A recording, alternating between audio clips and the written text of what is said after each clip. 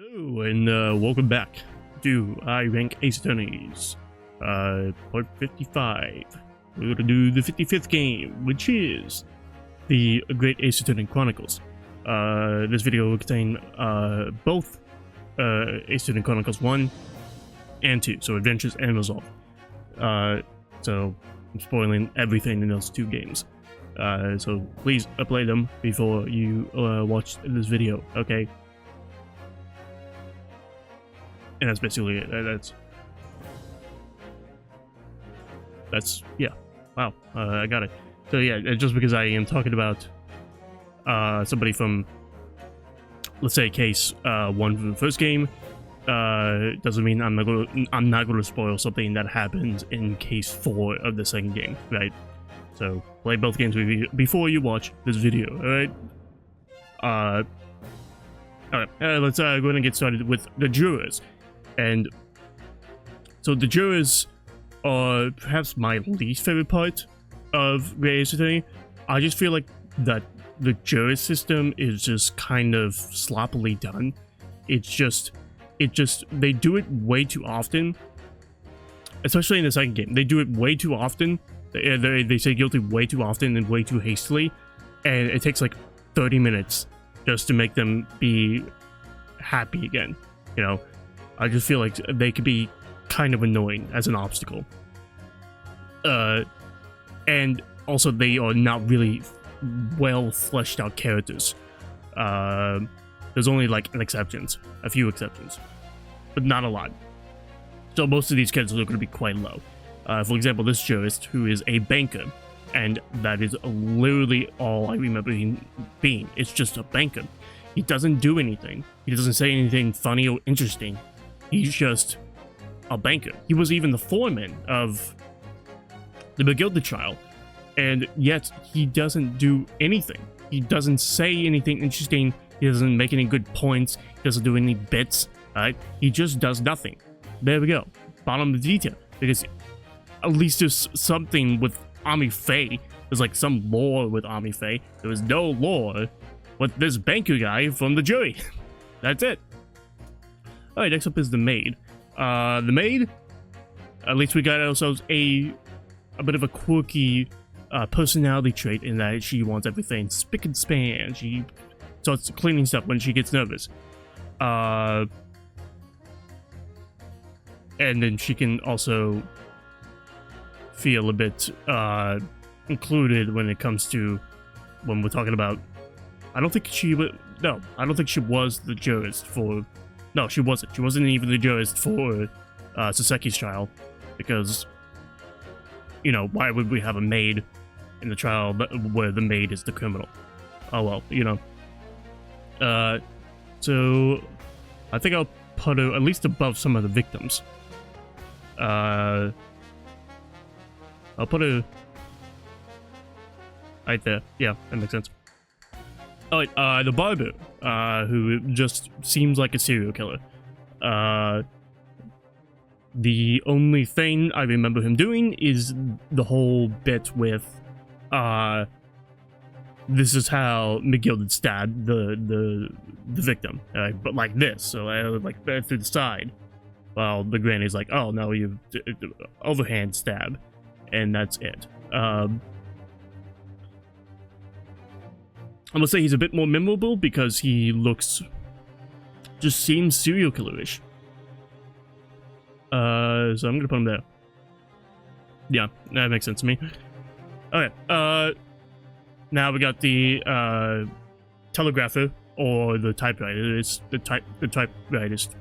At least she is somewhat important to the plot, and she actually helps us with stuff by being extremely fascinated with like Ashley Graydon, and she's like in front of her idol, but that's kind of it. She turns from a stoic librarian type of personality into like low end pops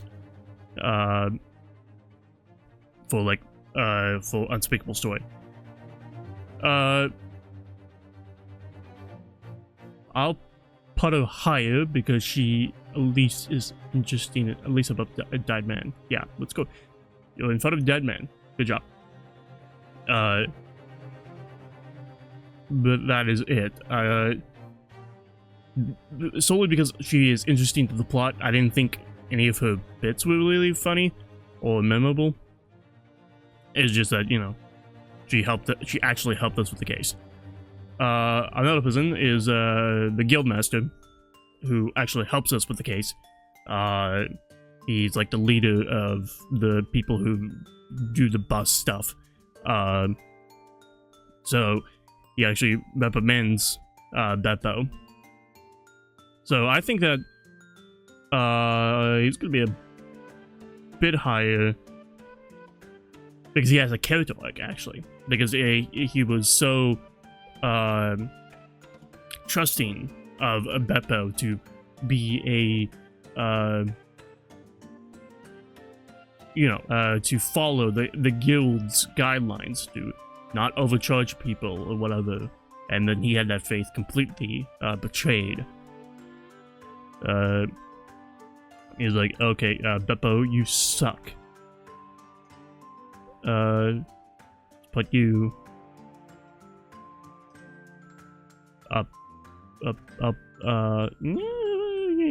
yeah, yeah, yes. Yes. No. Yeah, well, put you there. Okay. If you disagree, leave your comments down below. I want somebody to write like a 3-paragraph essay on why they are infuriated that I put the guildmaster in D tier. So, firstly, I apologize. Secondly, I look forward to your response.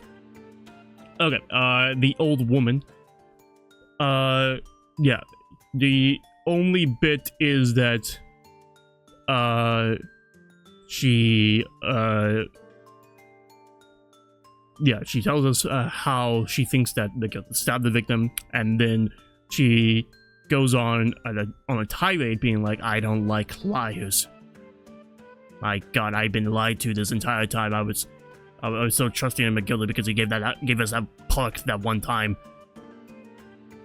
Which, I think that's a good bit. Second best. Good job.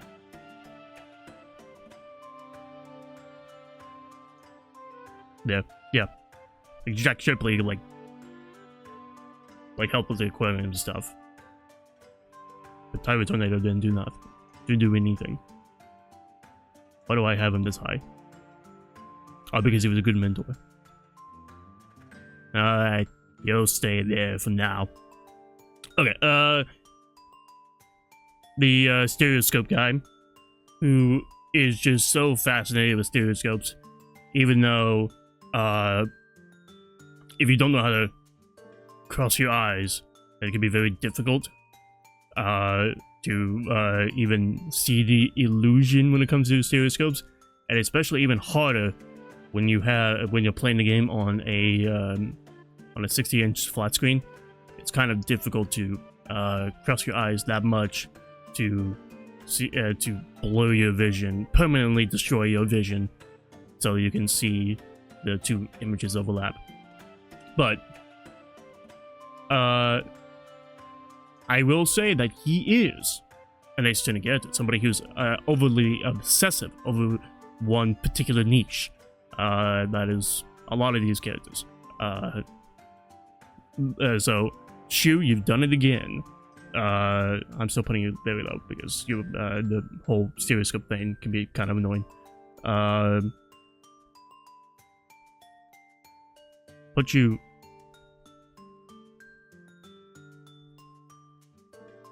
there. Yeah, actually, no, yeah, yes, yeah, you know what, yeah, I'll put you there. Okay, Villain Bolshevik, I think might be the best jurist, because we know we have some background on this guy. This guy's a Russian revolutionist, and he just happens to be in England, and he also got selected for jury duty, and he seems like a pretty nice guy. He just, committed some atrocities. I'll put him in C tier, actually. like bottom C tier.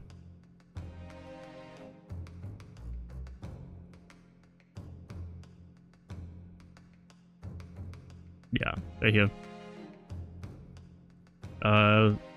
Good job. So, good job. I applaud. Okay. Now we get to the actual characters. People that actually have personalities and storylines. Isanosa makes me take a drink.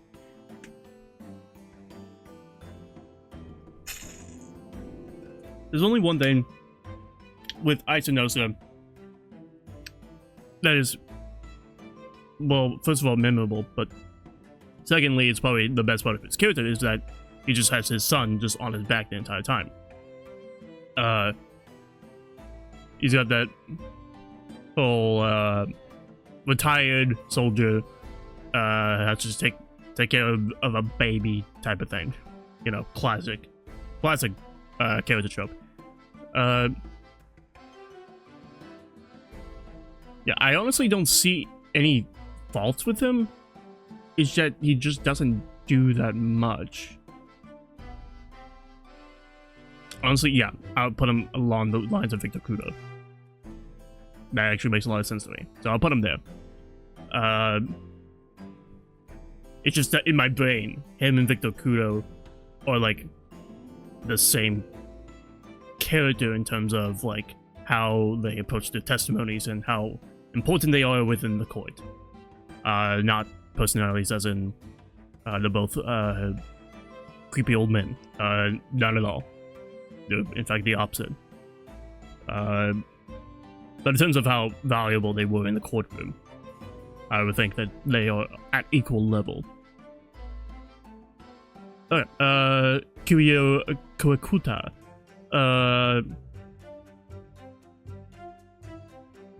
This guy's quite less interesting. I think I'll put him lower.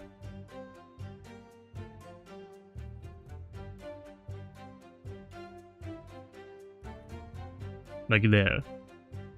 Yeah. So he's got his whole obsession with the Koban coin from the Heian period. It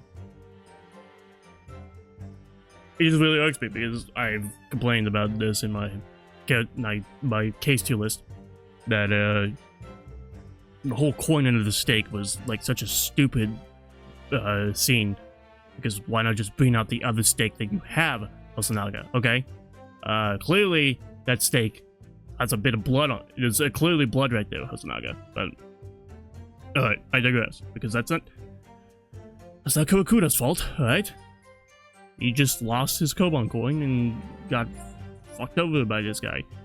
Which actually I put him higher because he did steal the coin so he can pay for his child. So there you go. No, there we go. No, there you go. No, there you go. No, there you go. No, yes, there we go. Okay. But Kawakuda just, you know, he just has this obsession with antiques. And that's really it. Otherwise, he's forgettable. I don't know who I'm ranking anymore, so I'll keep him there. Alright,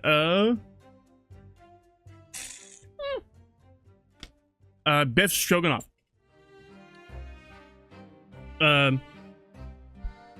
Which the other sailor isn't here. I didn't see him, but the other sailor is like I don't know, detail, whatever. Alright, but Biff Stroganoff is like actually cared for Nicolina by he wasn't the only one, it was the whole crew, but he was like the main caregiver for Nicolina, and whenever Nicolina is like, oh shit, I killed somebody, and Biff Stroganoff is like, well, you're pretty good at ballet, so I guess I'll help you cover up a crime scene. But then also the whole bit with him having a snake, I thought that was kind of adorable, but I think I'll put him high C.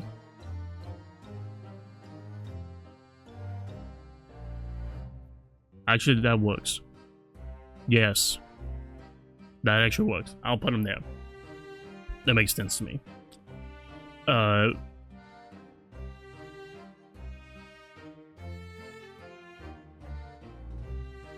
No, I don't.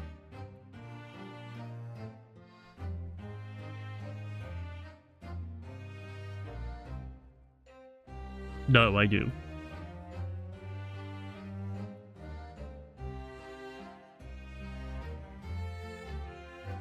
No, I'm keeping him there. Alright. Wait, they're gonna path 11.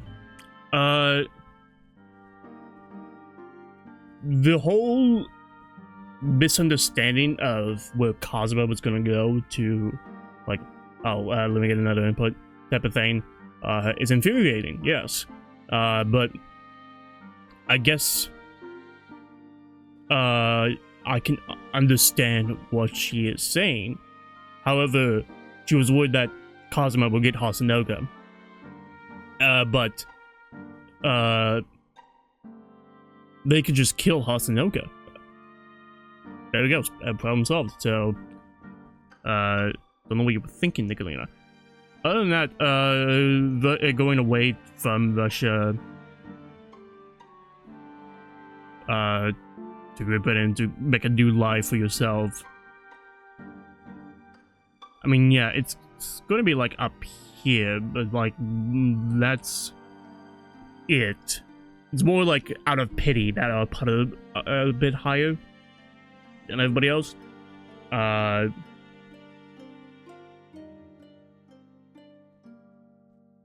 it's out of pity.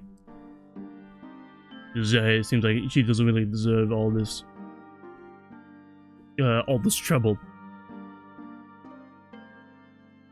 Do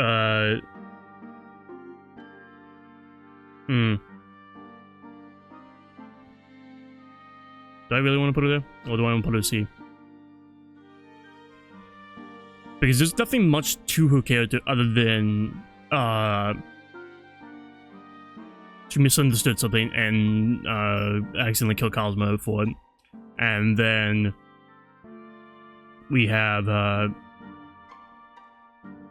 her, like, losing her cat, you know, that bit. Her dressing up as a man and was about to get rid of her hair when Sholmes and everybody else made it. It's just that there's not a lot of substance there to make her, like, it doesn't make her like that much of an interesting character to me. I think I will keep her there because her and Rhoda Tenero kind of have that same vibe of there's that one thing that seemed like a like there's that one thing that like pops out when you think about them, which, you know, Rhoda is with her suitcases and then Nicolina is with the whole scene with her like trying to get her cat back. Alright, up next, if I McGilden. So McGilden might be the highest character we have. Put McGilded. I'll put him in A tier. I don't think I'll put him in S tier. Let's see.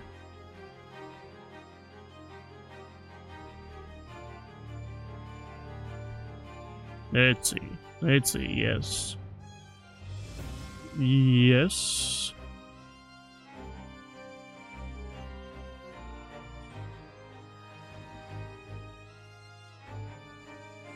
Yes. No. Okay. I'll put McGilded there. Because McGilded is very important for the rest of the game. I don't want to put him in S tier because essentially that he was guilty. I'm gonna put him there.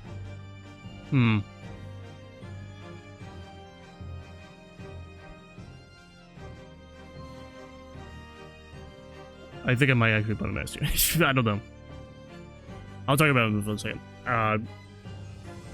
So his whole shadiness and like how much he's able to manipulate people, like how he like described the scene of his case, to Inosuke, and then like compare that to what actually happened, like tells you how like intelligent and shrewd of a man this guy is. How he's able to make his own truth because he's able to pay people for it. You know what, I'll make that S2 character. Because of that.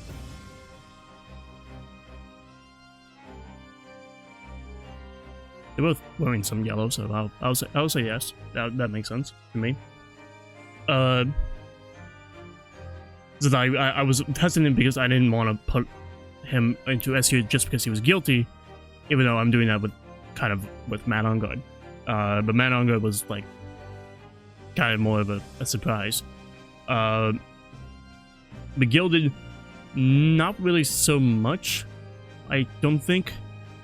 I think there's like, well, with McGilded, it's like you either like are fully confident now that he is guilty, or you're just unsure about everything. You know, it's like, okay, you're going on a little bit of a tirade because I'm pointing out some evidence that doesn't make sense, and it looks like you falsified some evidence, and then you're going on started laughing maniacally.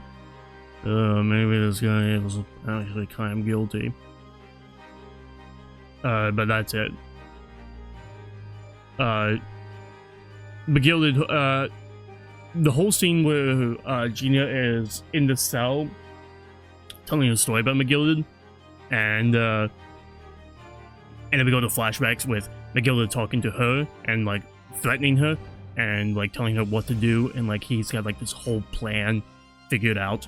And then also there's the scene with him and Ashley Graydon talking about Windibanks. You know, like those scenes just like paint him in such a very like maniacal light compared to how he is viewed in the public. So then, yeah, very. You know what? Yeah, I'm okay with it, keeping him right there, because of because yeah, there were people out there who are exactly like McGilded.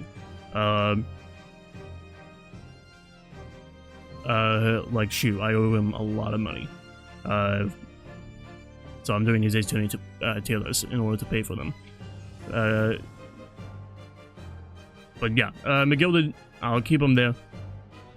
I don't have any more thoughts for him. It's just that, you know, he is probably what makes case 3 in the first game the best case, actually, in that game. Maybe I just contradicted myself. I don't know. But, yeah. Yeah, we'll keep him there. It's just that I think that perhaps it would have been more interesting if he did not die at the end, in that fire. Maybe if he still roamed around and we get to talk to him and he's like, well, you got me acquitted, double jeopardy, fuck you, and then that's it. Okay, Lady first.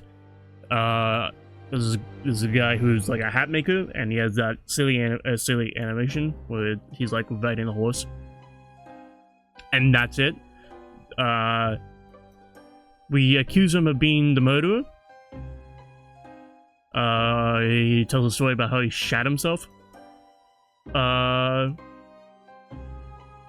And that's, yeah. That's basically it.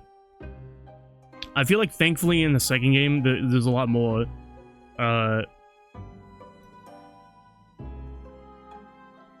actually, maybe never mind. But I feel like there's a lot more. There's a few more interesting characters in the second game. But in terms of the first game, some of the witness-only people are kind of lame. Let's put him...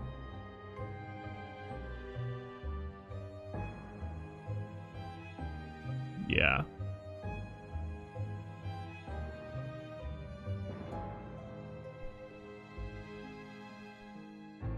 I believe he's better than Kurakuda, yeah.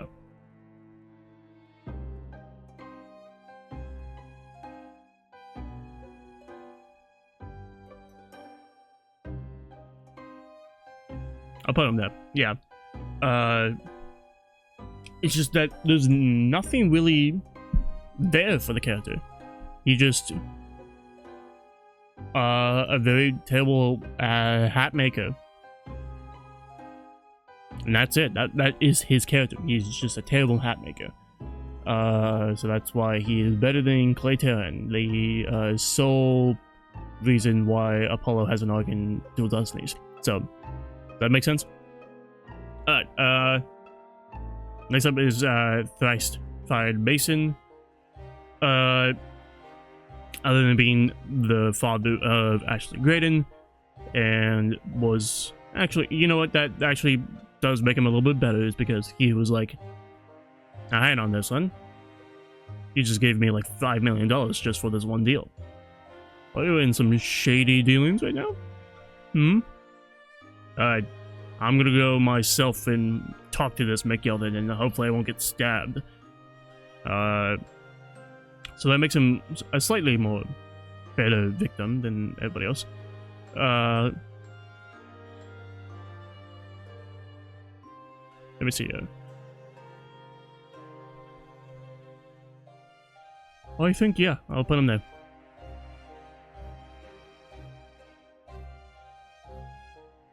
Oh my god, the comments are so upset. Alright. Yeah, I have nothing else to say about Thrice Fired Mason. That's all. That's just what he does. It's just something quite admirable, and for the protection of his own son, he just cared about his son and then died for it because and realized that McGilded was a knife-wielding psycho. All right, John Garrodeb. I think that John Garrodeb is probably a B tier character. I like that. He's very concerned about his status as like a landlord, because he doesn't actually have a lot of money, so he has his wife as the maid, and that's why he's so concerned with it. I also like how willing he is to get to the truth for that case, while Joan is just the complete opposite. John's like, okay, you know, I think it would be better if we just tell the truth because somebody's life is on the line, you know, that type of thing. Joan's like, no.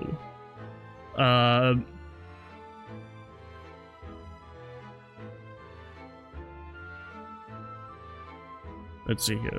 I'll put him right there. Yeah, let's go put him right there. No, let's put him right there. Nah, yes. No, yes. Yes.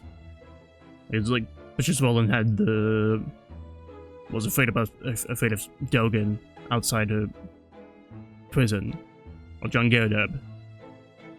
He's not afraid of anything. Took a bullet for this country. Which makes him worse. Yeah. I just don't have a problem with John Garrodeb. He's just, yeah, he's a funny guy. Very funny guy. He does the slapstick comedy with Joan Garrodeb.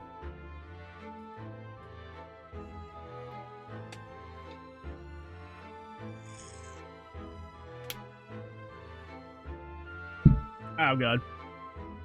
Okay, so now we gotta get to Joan Garrodeb. Alright, so Joan Garrodeb, I think, is just awful. Just completely terrible. She is absolutely insufferable. From how much she is overreacting to, I can understand why.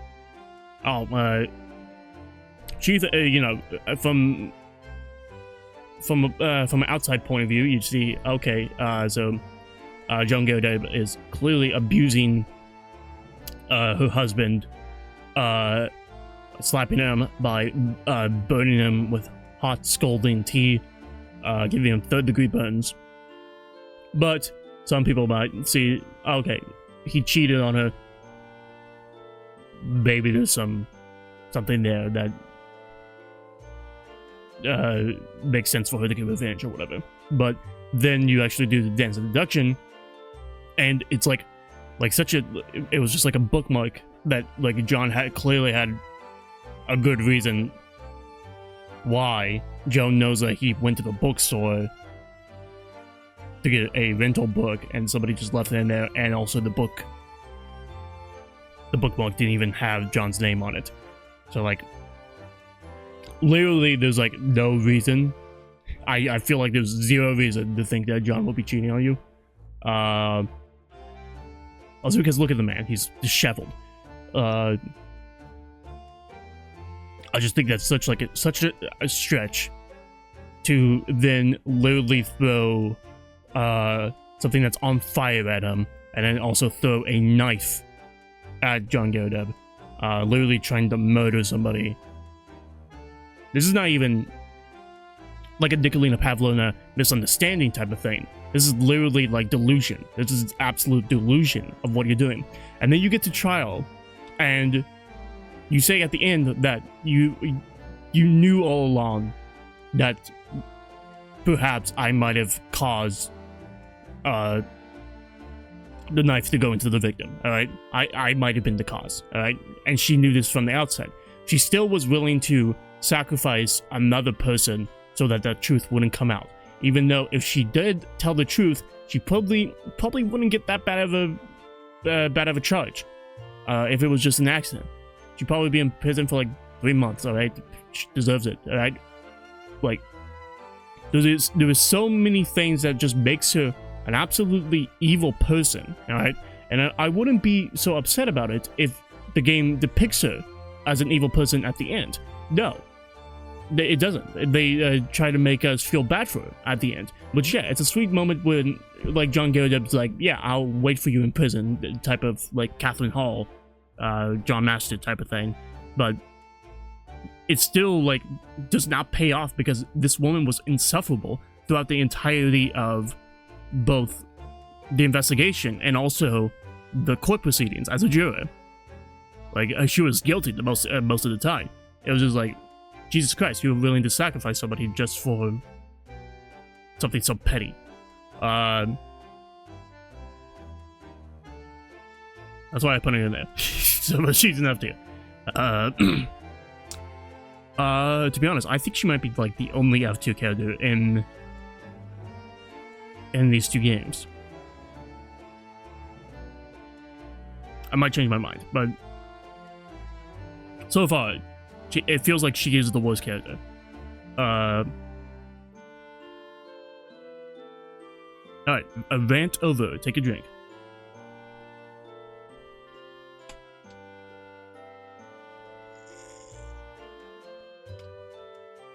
Refreshing. Ow. Okay, now we're gonna go to, Rolly Beat and Patricia Beat. I would start with Rolly Beat. I honestly might put him in high beta. Like right there. Because the idea of you are always on patrol, like maybe like 20 hours a day, you get no sleep at all, 7 days a week, and then finally, like once a year, you're able to take time off for your family. And it is the wedding anniversary for him and Patricia. And you come up to a dead body that's on your route, which makes you forced to investigate, take your day off that you wanted to spend with your wife, and instead you have to investigate the scene. So you decide to move the body into somebody else's investigation zone so they will have to investigate. Even though you didn't realize that how big of an implication that would change with the crime scene. I think that's like honestly a very admirable and very heart-wrenching story for him. I actually like that. I liked it a lot more in my second playthrough. Well, this is my third playthrough of these games. Yeah, I think it was just like a lot better for you know, knowing what happens. The whole like love dynamic can be a little bit icky or whatever, but overall it's like it's less icky and more adorable than icky. It's like, yeah, sure, Patricia can go a little bit far, but it's still that the dynamic works. So yeah, I feel like that Rolly has like a full-on arc throughout that case. However, as we now go to Patricia, Patricia doesn't have any arc. She just cries and whines about how Rolly is not the killer, which Rolly did not desecrate a crime scene. I'm like, yeah, sure, cool. So I'll put it in C tier. I feel like she is not bad, but yeah, actually that works. But I think that just Pat's fuck, I'm getting mixed up. Rolly's reasoning and motivation behind his actions just makes a lot more sense than what Patricia just went off to get the cops. That's it. That's all she did. So yeah, I'll put it there. Okay. Pop Winterbank. So Pop Winterbank just constantly is willing to sacrifice his own self in order to protect his own story. Alright. That is kind of what I see that bit as, is where he like tries to shoot himself, is that I'm willing to sacrifice myself in order to protect my story. But he probably heard that from outside, you know. I'm just making this up, but he probably heard this from outside, you know, being like, Pop, when you're running a store, you must be willing to give up your life to protect that store. And he took it in a more literal sense rather than attacking somebody. He's willing to kill himself for the store. That's probably what she was thinking of that bit. But he does actually protect his store by shooting Ashley Graydon and fucking doing a WWE SmackDown takedown from onto fucking Ringo Starr, right? He actually does. He's actually a man of fucking steel, because Gina comes out, fucking steals his gun, waves it around, fucking, open that fucking, open that back room, I won't see the script, and now I'm Southern, alright? And then Pop Winterbank's like, oh, fuck, okay, what the fuck are you doing, alright? I'm not gonna, I'm a man, I'm willing to kill myself, alright, for this story. But overall, he was pretty chill about the whole situation. And then whenever the burglars come in, he's like, oh, dearie, alright, fine, I'm gonna have to kill somebody. And then he goes and does that. I think that he's a B2 character just because of his actions during that night. Less of his suicidal gag. I'll put him there. Yeah. Yeah, I put him there because of his actions of that night. Alright. Up next is Ashley Graydon. Gotta drink. Let's see.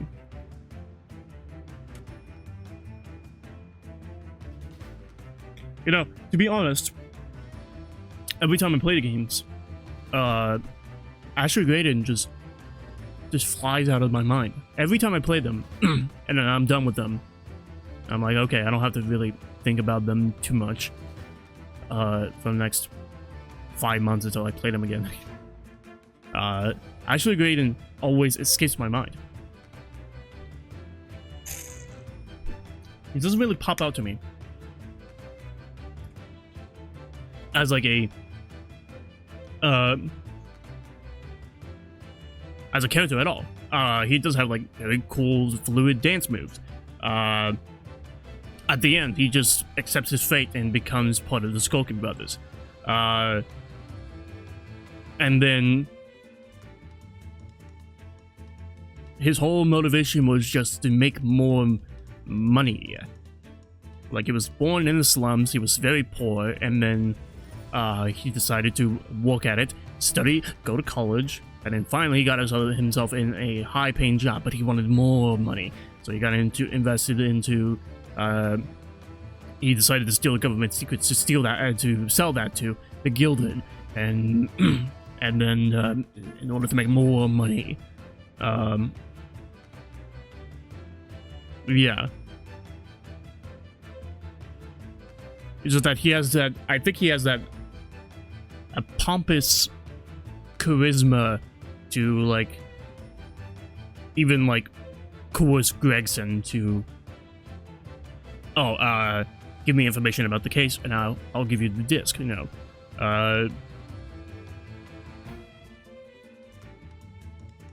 It's just that I think that what, like, hurts him a lot is the fact that he is just a pompous, self-absorbed Byakuya type of character that's in every single anime. So I think that hurts him, but how his actions, or rather his backstory, I would say his backstory is what carries him. I'm gonna puke, man. I'm gonna put him in front of...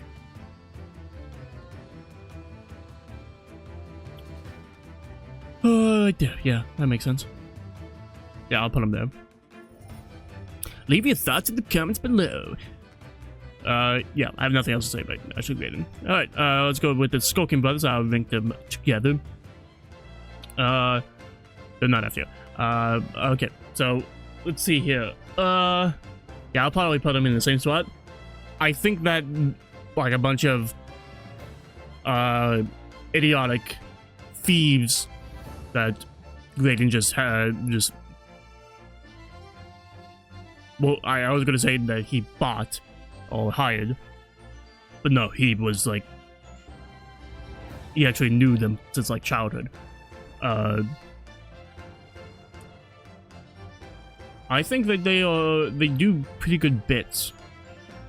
It's just that I don't know where to put them. It's like A tier? No, that's too high. B tier? C tier? I don't know. That might be too harsh. Let's put him in B tier.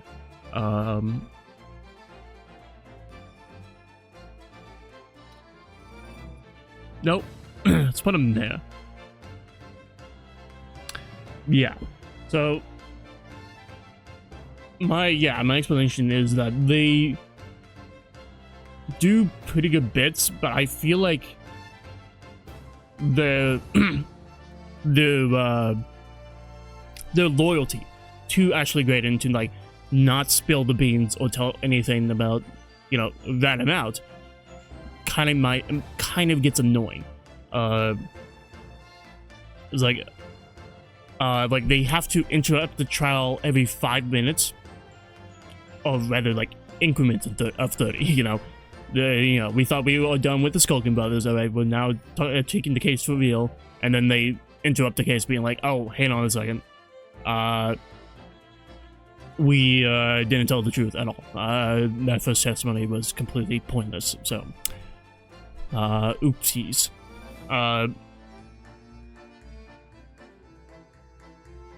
But that's it. They are just essentially the clowns within the case that are just there for our amusement for the entirety of Case 5, because Case 5 can be kind of boring if we don't have them. Right? Obviously, we gotta have them. Otherwise, we're just talking about government secrets and stuff like that, you know? Who cares about that? We care about them talking about Pop winning big fucking WWE takedown, SmackDown, Raw into the table.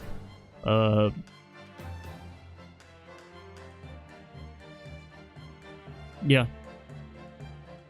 I mean, what else do you want me to say about them? Other than, oh, I think they're funny. Yes. But not funny enough to rank them higher. I think I'll put them, yeah, middle of the road. And I think that is respectable, and you should respect my opinion. Like giving the video a like. Give it a like and subscribe. Alright, let's continue on with the rest of the jurors. Now we got what is commonly known as a middle-aged man. This guy was the juror for Albert Harebrain's trial. And all he did was he just read a newspaper.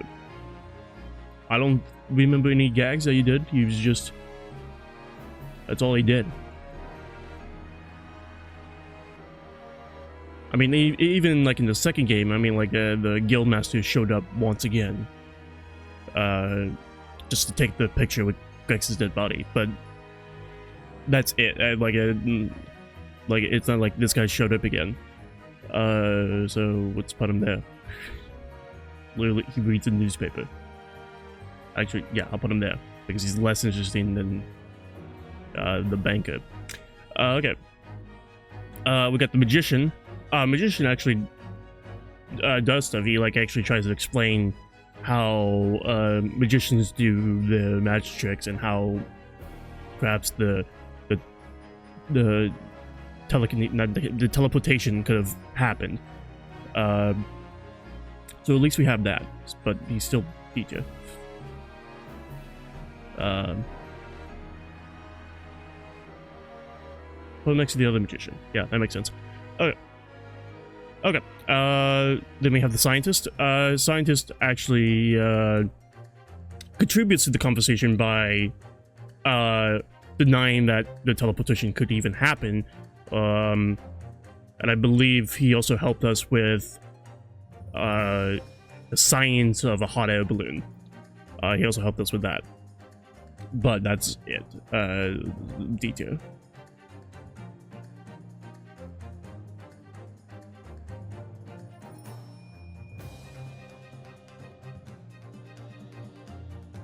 Right there. Okay, then we have the police man who was in Madame Tuspel's doing the Logic and Reasoning Spectacular. But he is just constantly asleep, and he just pulls his gun, and he was like, insult Courtney Scythe? I am simping for her. And that's it. D tier.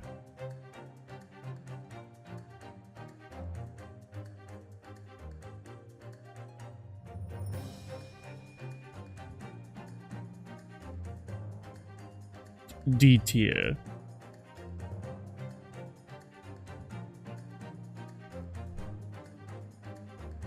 Right there. Okay. And then we have a young man. Even though this guy actually talks quite a lot, he's very much forgettable. I mean, honestly, for the longest time, I thought him and Lady First were the same exact character. But they're not. This guy is just a jurist. And I believe... like, he's so uninteresting as a person that I cannot remember a single thing that he did. Other than, you know, he's part of the jurors.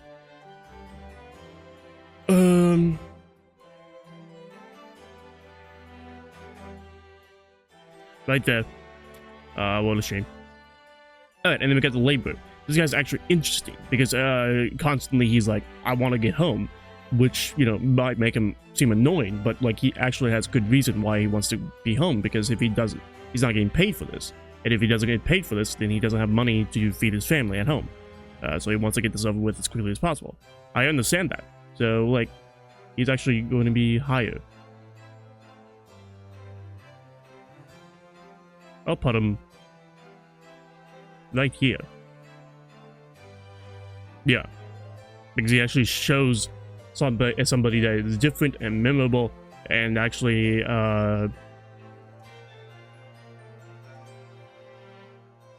it's not like he's like fully stubborn to like just get this trial over with. He's like, okay, to me it seems like this is obvious because I mean clearly this is an Ace Attorney trial, so nothing, this whole situation can't be like absolutely insane, so the guy has to be guilty. But we are able to convince him otherwise.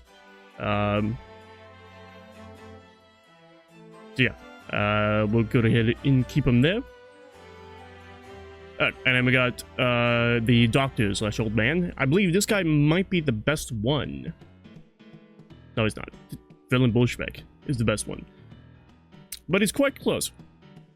Because of, I think that he's probably the, other than Villain Bolshevik, the most memorable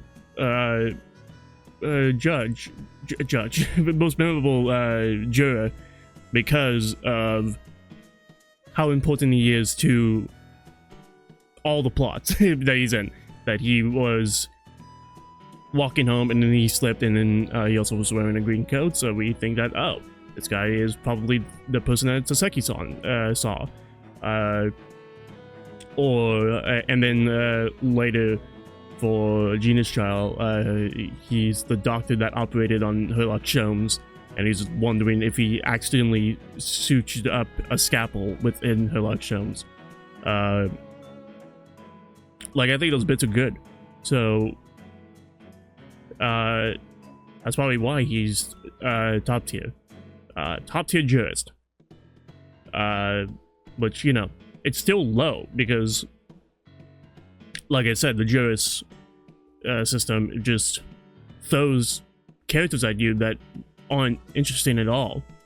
They are just blocks of meat that you just yell at to make them change their vote. So yeah, enough of the doctor / old man. He's probably the best one. And then we got the, like, a young woman. She also doesn't do anything. I can just only remember she's like, oh, this guy killed another person. How horrible. And that's it. D tier. I got a lot of characters are in D tier. This guy hates Ace Attorney characters. Yeah, put him next to the young man. They are literally the same character. Okay. And then we got girl who eats corn, and that's all she does. Like, I don't say this with all the jurors, but that's literally all she does. She eats corn. She doesn't even pay attention to the proceedings. Yeah, probably the worst one, because she doesn't pay attention to any of it. She just eats corn. And then once we talk to her to change her decision, she didn't even pay attention at all. And then once somebody else changed the ruling, she's like, oh, they changed their ruling? Okay, I'll change my ruling as well. Like, literally a pointless. Somebody drew this girl. Somebody modeled this girl and did the animations, and what a waste of effort, because she is pointless. Absolutely pointless. Oh, Bruce Fairplay. Bruce Fairplay. He actually might be the best one, because he seems like a reasonable guy, as clearly what he saw during the McGill trial did happen. He even though he didn't see the actual stabbing, he just saw that Gina was next to the dead body. But still, he was just a guy that was just caught up in a bad situation, because he was also in debt to McGill, and we were like, oh, maybe you could falsify your testimony just to get rid of your debt. And it's like, oh, fuck. And then it becomes a juror, and then you're like, oh shit, this guy might still hold a grudge. You know, it adds a bunch of tension and interesting conflict to the whole jurors. because we know this guy and he actually might not like us. But he's still like bomb C2, you know, whatever. It's like no better than that guy.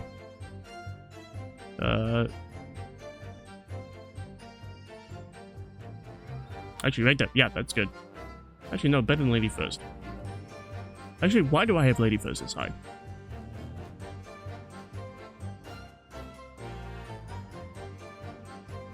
Right there. Alright. I don't know why I have them that high. Alright, okay. Takasuchi Ayuchi, who is, of course, the Winston Payne of these games. I think, possibly he is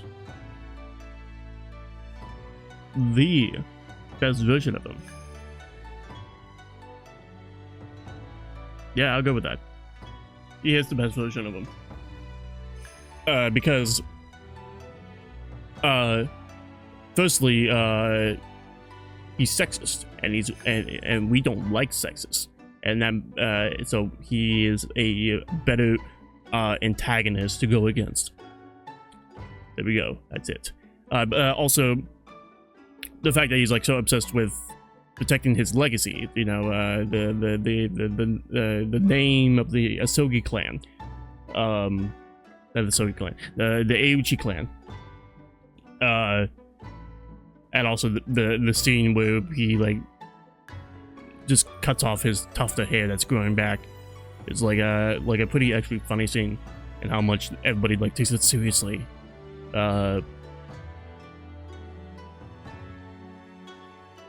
Yeah, very tragic guy.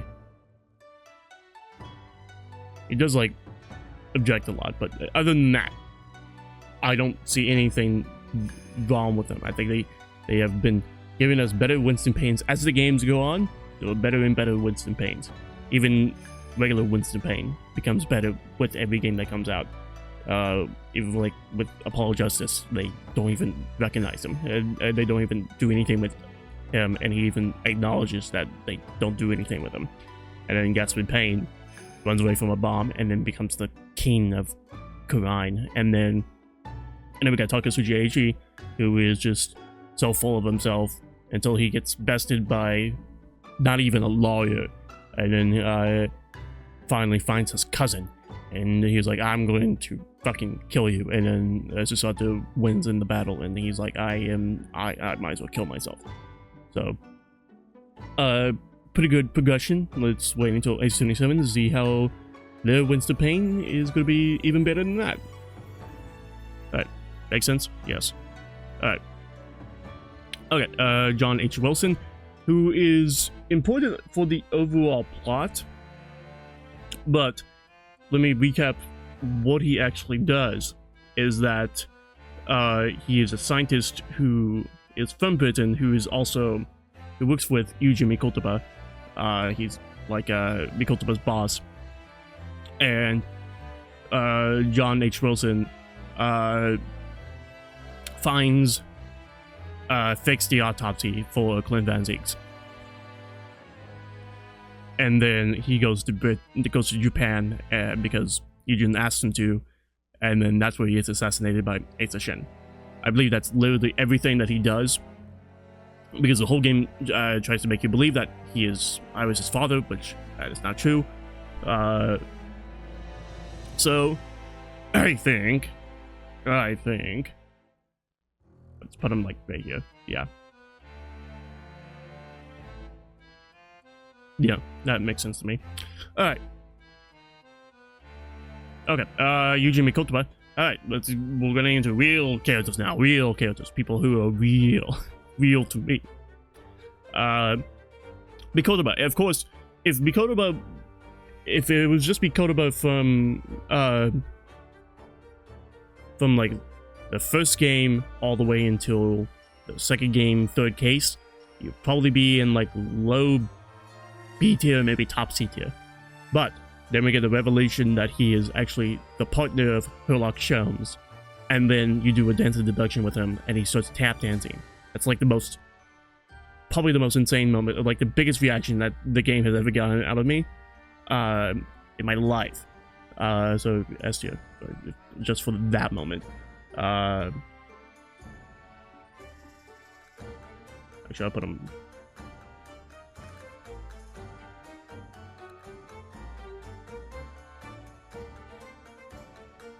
He's also the person that is willing to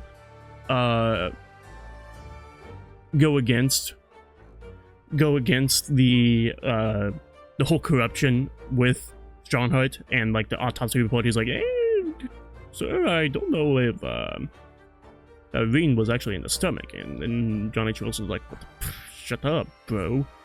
But then so also Mikotoba, he's just like a very like very cool dude.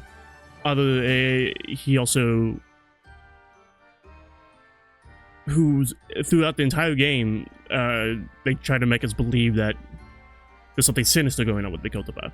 But in actuality, not really, because he had pretty good reasons why. Also, yeah, the fact that he fulfilled Clem Van Zeek's dying wish that Genji gave him by helping with the birth of Iris, and then protecting her father's identity this entire time. And then bringing her to Sholmes and whatever. Like, all the stuff that he does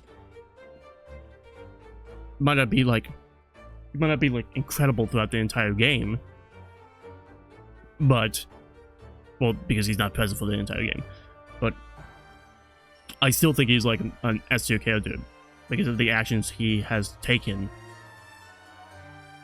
throughout the course of what they talk about. Anyway, yeah, that makes sense. Okay, good. Satoru Hasanaga. I like this guy. I'll put him in A tier. I like this guy because he's funny, because of how dedicated he is to yeah, right there. Because of how dedicated he is to being a detective, even though he's kind of terrible at it. He just lets everybody die. I think he's too invested in the role, the disguise that he puts on, and he doesn't really pay attention to anything. But yeah, his whole gag of, I have a fake turtle on my head, so I'm gonna pretend to be a turtle. I'm just a regular seaman, you know. I'm just a waiter, and he like thinks that first off, like that's who he is now. I am now a waiter. I have been waiting tables for like 2 years looking for clues, but now I have gone into the role, and I am pretty much I'm stuck here. This is my life now. That's it. He also did do a bit of planning when it comes to Kazuma's quote-unquote death. Like help him. He helps with the cover-up a bit. But that's it. I just like him. Is that a crime? Probably, but that's why he's there. Alright, Asa Shin or Giselle Brett. I think I might put him in B tier. I think I will. But where in B tier? Tell me where. Cammy Meal, yeah. I think that.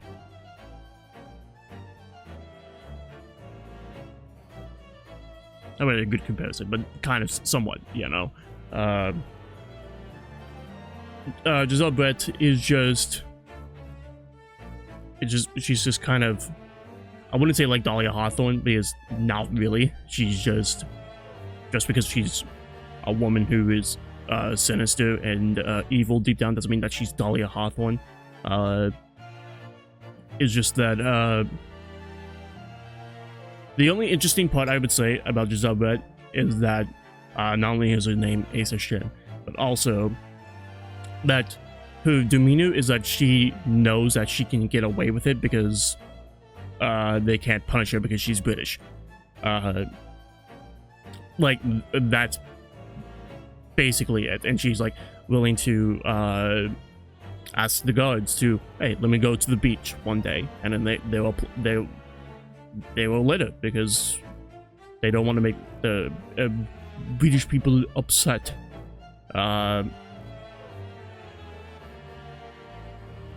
Yeah, like that's the only thing I find like actually interesting about her. But that's it. That's truly it. I have nothing else to say about it.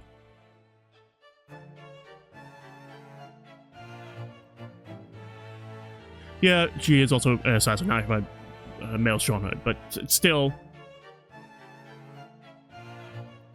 that's for when we talk about male stronghold. All right, I think that's not really a good quality for Giselle Brett, more for stronghold. All right. Oh, I don't know about. Speaking of him, speaking of male stronghold. Okay.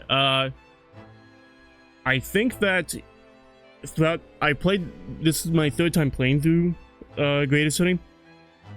I think that if it was not for this last playthrough, I think I would have kept him in A tier. However, I think I'll put him in S tier. Mainly because... Website? I actually understand like what his motivations are. How he has full confidence in himself that he can destroy crime within Britain, that he's willing to take, you know, the ends justify the means type of approach, that he is all the corruption, all this stuff. And like the scene where he like absolutely like manipulates everybody into going with him because like I have limited crime within this country because of my actions, because I created the Reaper, because I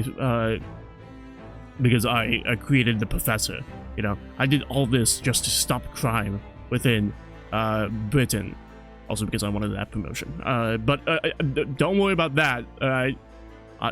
I'd worry about all the consequences of these actions that are for the better, you know, of the country. Him being a twist villain, he's not really a twist villain because obviously this guy's a villain, but it's more like he's like actually intimidating. Even just like seeing him on in the judge's seat is like, oh shit. Like this is like more intimidating than having Guran be the prosecutor, you know. Yeah, and this guy is like, I like him because he is absolutely evil. However, he actually has motivations that make him seem good. So that's why I'm putting him up there. Mainly. Yeah, constantly he's like, it is all for the glory of the British Empire. So yeah, actually I'll put him on a rocket, sprocket.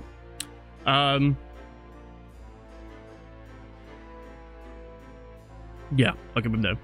Alright, Beppo or Sandwich. So he was basically the omnibus driver who took a bribe from McGilded to take his bloody jacket to win the banks, and then got fired, and then now he's a homeless man selling information, and then he stole Gregson's tackle box or whatever. I like Beppo because his name. That's it. I'm sad to say.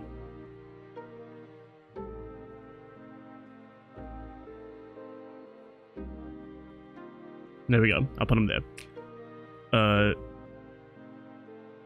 Good name, Beppo Sandwich, but if he killed a guy,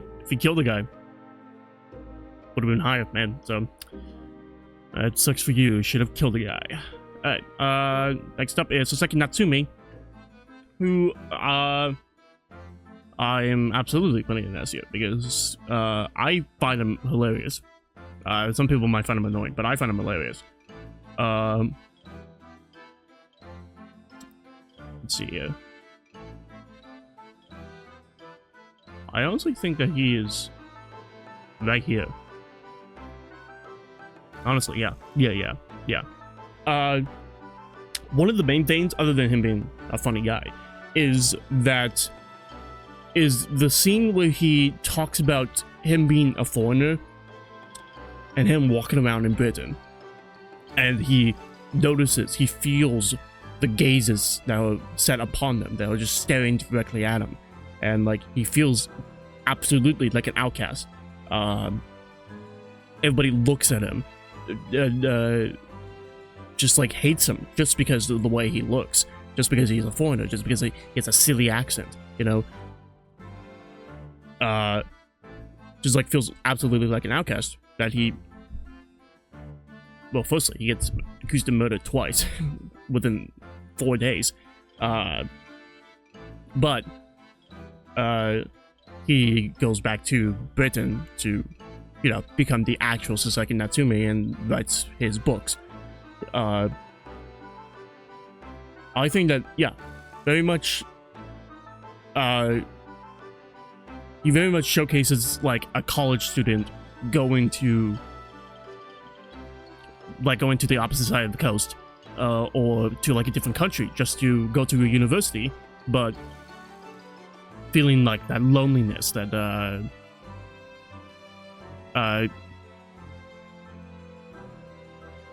just like everybody like going against him. And plus, this is 1800s Britain, not 1800s, early 1900s Britain. Everybody's racist, dude. So yeah, very sad days for Sasaki Natsume. But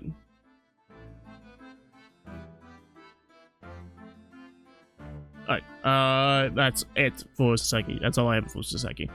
Funny guy. I think that he is probably at his worst in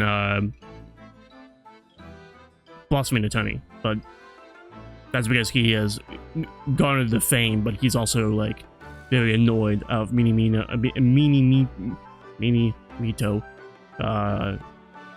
like stalking him or whatever. But then he goes back to being regular Sasaki and Clouded Kokoro, Memoirs of Clouded Kokoro or whatever, and then he's like, oh, okay, he's better. Okay, I don't have anything else to say, but he's a good character. Leave your thoughts in the comments below.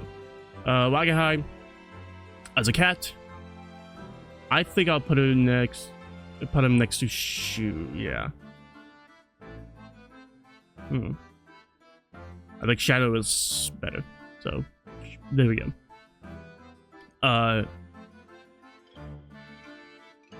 Doesn't do anything plot-wise. He's just a cat that Sasaki had. That's it. Okay. Olive Green.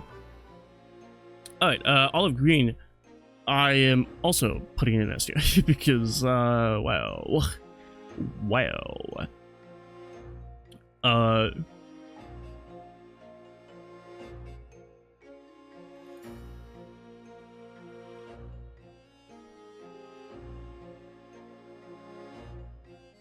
she is very much a... yeah, very much like Army Buff. Very much a pitiable character. However, like, yeah, she just lost everything. She lost her boyfriend, because of this guy who wants treasure. She then also got stabbed in the back, literally. And then, she was in the coma for like 5 days, and then she woke up, and then she was like, I believe it was before she got stabbed that she did the whole poisoning the gas pipes thing, but she then also attempted to murder somebody, and then to escape her guilt, and also to rejoin her fiance. She was willing to drink the poison herself until we stopped her.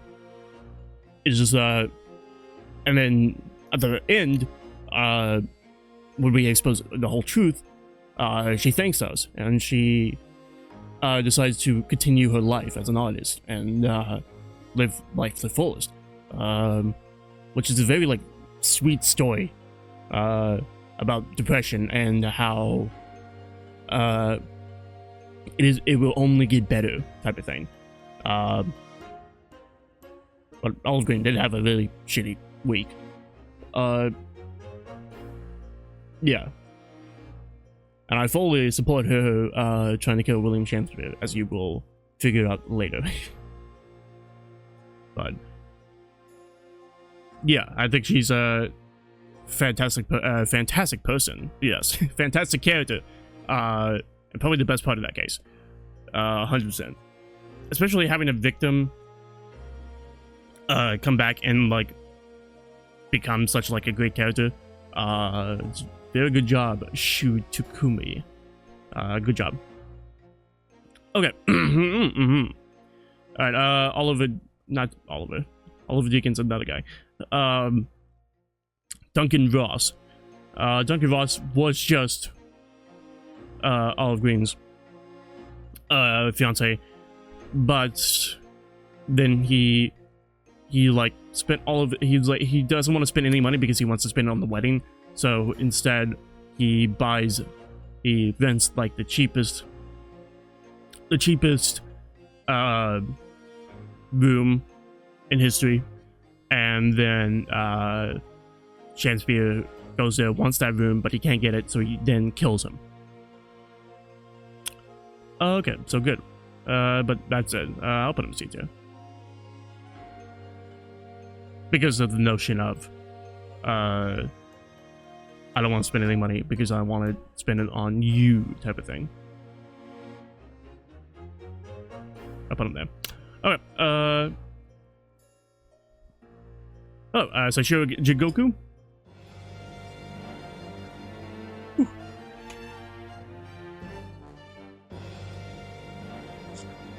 I don't know if I'll put him S tier. I think he's a good character, which is why I'm putting him high.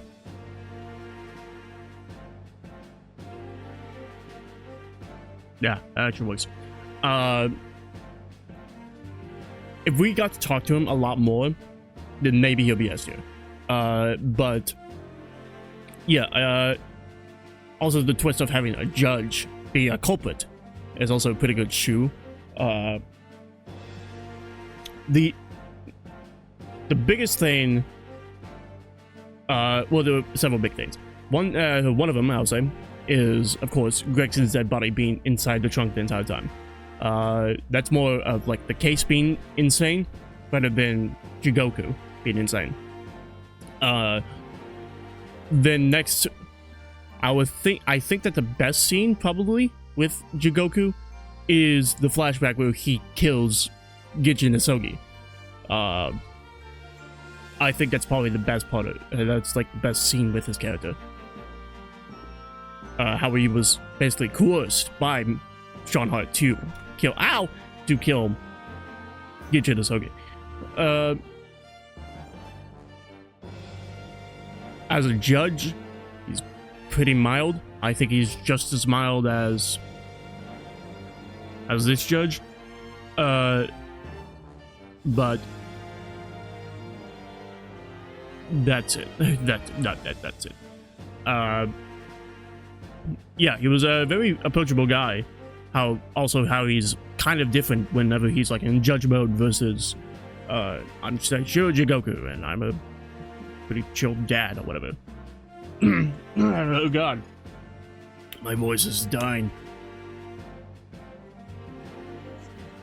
I've been talking about characters for 10 hours.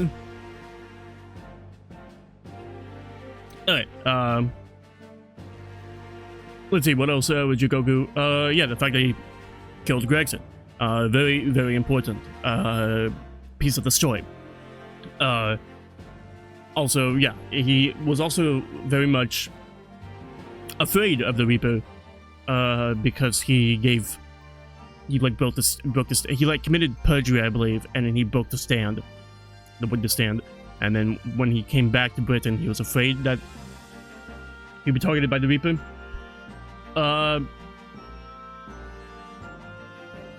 And then basically he was the Japanese correspondence with Mail Strongheart in terms of the assassin plot.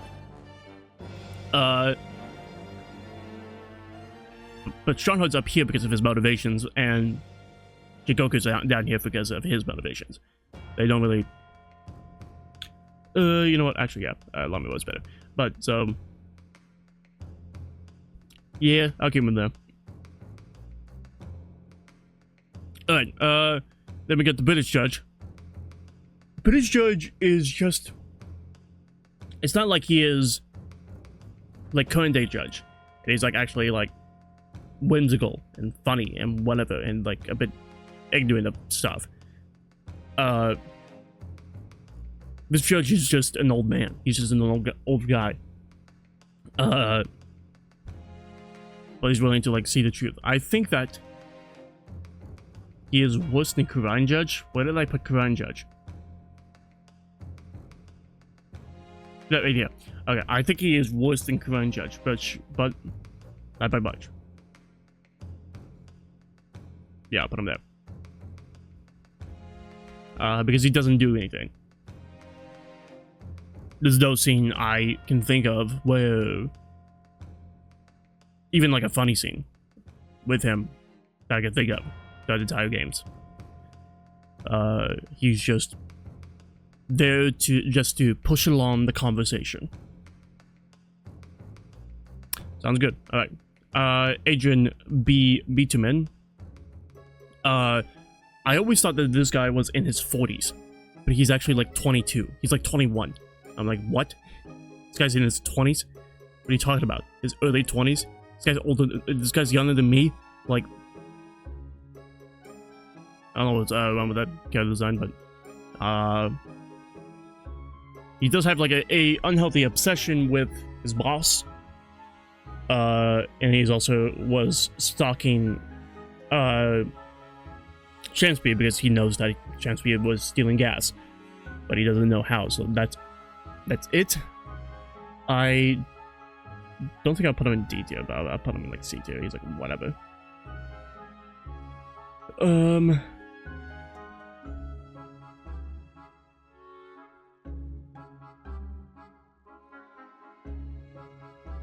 Yeah, I'll put him there. That makes sense to me.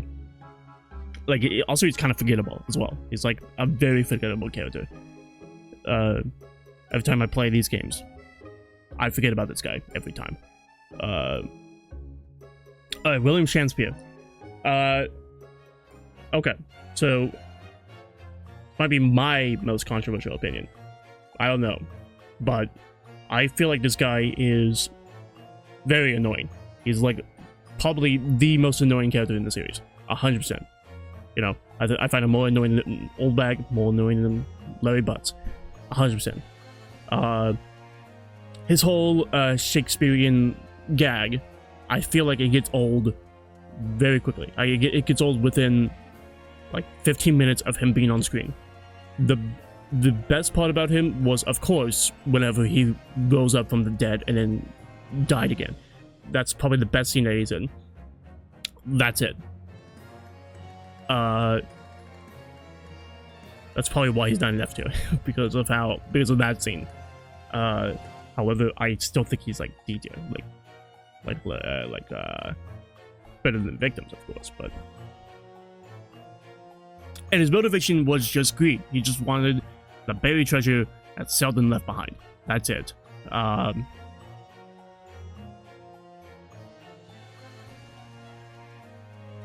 There's also the funny gag of him and Saseki doing a debate battle between who is stronger, Romeo or Juliet, and Juliet won, and that was played by Saseki. That's a good joke, but it's more like Saseki. That's more towards Saseki in terms of goodness rather than William Shakespeare.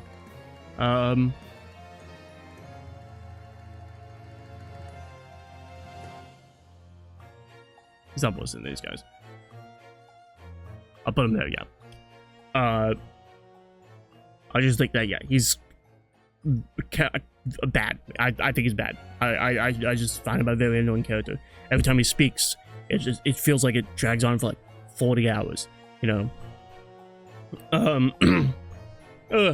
He's got that stupid look on his face. He's got a very punchable face on him. I want to kill this guy. I want to kill him. D tier. Leave your thoughts in the comments below. Okay. Quinby. Yeah, it's Quinby. Yeah, Quinby. Altamont.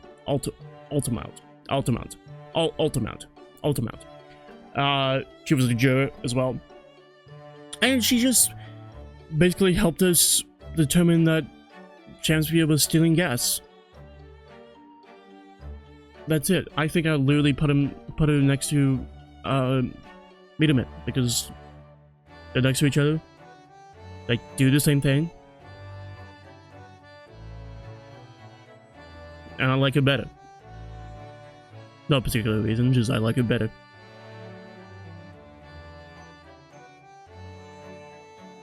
Is that it? I think it is. Yeah, I think that's all I have to say about it. Okay.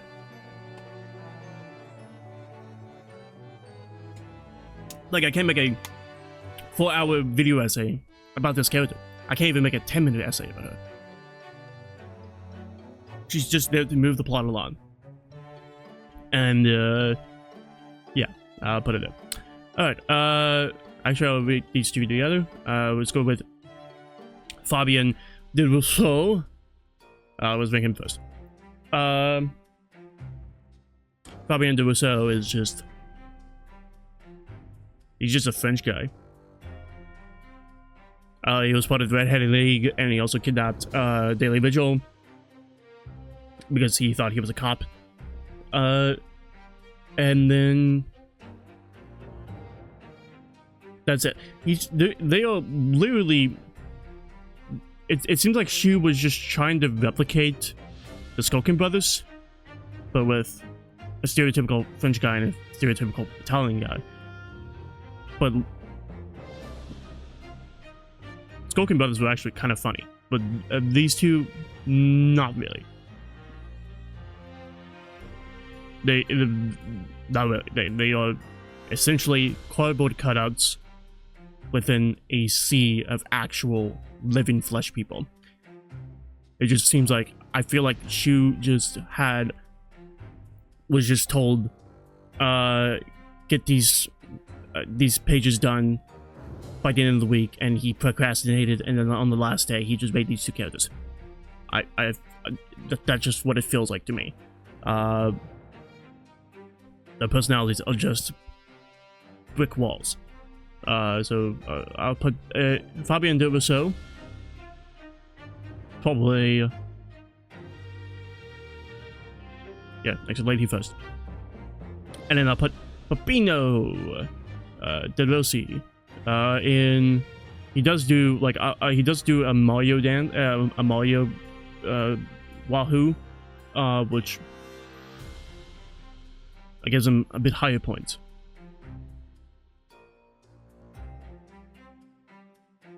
Put him there. So yeah, Peppino eats spaghetti, and he also, I think, yeah, probably the best part about him is that he just leaks all the information.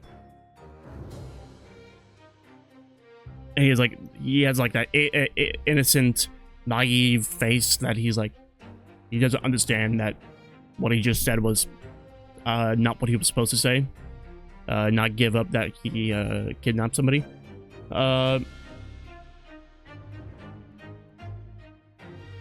Yeah. That's it. That's all I have for them. Try harder, Shu. Okay. Genshin Nosogi, who is a detective, actually. I always thought he was an attorney, but no, he's a detective.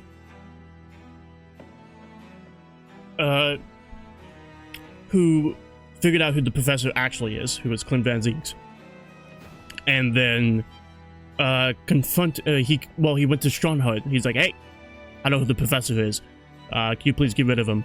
And then Stronghold's like, well, do you have any evidence? And then Genji Sogi's like, what the fuck, bro, come on. So yeah, he confronted Clint Van Zieks, made him invite the will, which is, I think, is one of the best scenes of the game, is Clint Van Zieks' will. And then basically they had a duel, and then Genji Sogi won because he has a sword. And then basically took the fall because took the fall as being the serial killer because Clint Van Zieks had a child who was Iris, and he didn't want people to know that also the nobility, like the high-ranking nobility of the Van Zieks family, actually was a serial murderer. So he was doing it for the country, while also being kind of also for Iris, which is pretty cool. I'll still put him in B tier because if he was actually the professor, then maybe he'll be higher. Let's put him actually.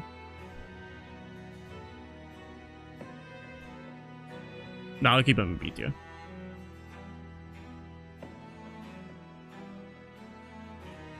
My mouse just doesn't want to move. It makes me. I just kind of want to put him there. Is that insane? It might be insane. But like I moved my mouse up here to rank him, and then I just stopped. So to me, it feels like it's got to be the correct placement. Okay. Anyway, Barry Caden.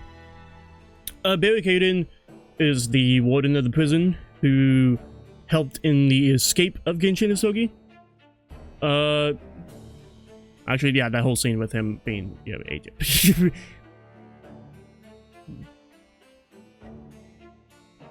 The whole scene with him being,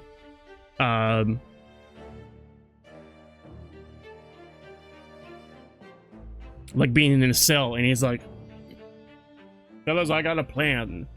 Hey, Lord Stronghold, I got Clint Van Zieks' will and testament, and doesn't say some good things about you. It doesn't say anything. It sounds pretty bad for you, actually. Like his plan to actually get out was actually pretty smart. It's just that it sucks that Enoch Drebit was there. That's probably the only reason he died. Actually, it is the only reason he died was because Enoch Drebit was there. Okay. Anyway, back to Barry Caden. He helped with the escape of Genshin Isogi, but that's it. He did also, actually, yeah, you know what? The best part about his character is that, so he put all the blame onto Daily Vigil, and then Daily Vigil, try to kill himself. And then, but then during the testimony, he was genuinely sorry about what he did, and actually feels terrible for it. That's the best part about Barry Caden. But that's it. I'm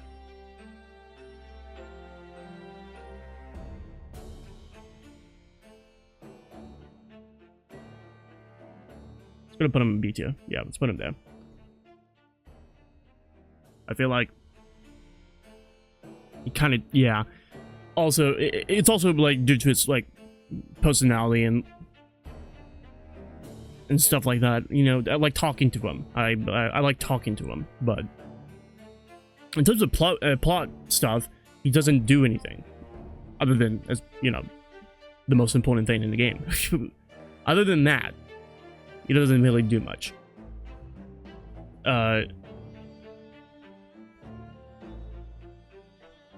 yeah, just some like typical corruption and sweeping stuff under the rug type of thing.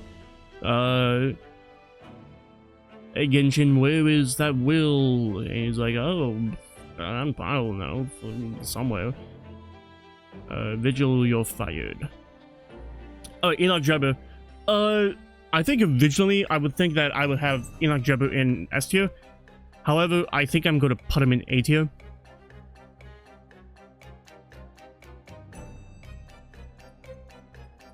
Oh god, I'm gonna be... Yeah, right there. I do like the idea of somebody who... I mean, he went to the graveyard to do some grave robbing, and he was doing it for, you know, science, for the betterment of the future. And then he sees Kitchen Isogi rising from the grave, and that, like, traumatized him so much. He went to go and tell the media, and he was like, hey, this is what I saw, but please do not say my name. Please do not say my name. And then Odie Aspen's like, okay, sure, I won't say your name, Drebber. And then he does, and then, you know, Drebber's life was just completely ruined. It was like, he was like fucking like Balloon Boy. Like his whole life was just ruined because of the media, and them like labeling him as a crazy person, even though what he saw was what actually happened.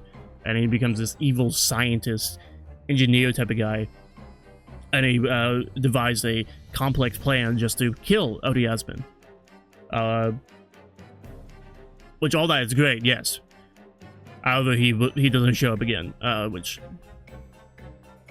if he did show up, if we did like more testimonies with him for the final case, to talk more about Genshin Isogi's death, then perhaps he'll be in S tier. But I like him putting him right there. He's also weird. He's also got that, he does like the robot. I like his animations. Just a creepy scientist guy who goes through trauma. Okay, up next is Wilhelm Golsvik Sigismund von Ornstein. I believe that's his name. He's a witness, just a bohemian German kid who throws tantrums and then buys balloons. And he's like, I'm very wealthy. Actually, yeah, I like that, actually. I'll put him in B tier. I'll put him... Fucking... Just put him there, yeah. I think he's a funny child. Having spoiled high-class royalty, give testimony. I do like the bit that he, like, throws a tantrum, says that I will go to war with Spain. And then, just like, oh, actually, can I have another balloon, by the way? I think it's a good bit. Funny child. Put him in B tier. Oh, okay. Maria Goy. I really wish that we saw more of her, because I actually do like her. I'll put it in A tier.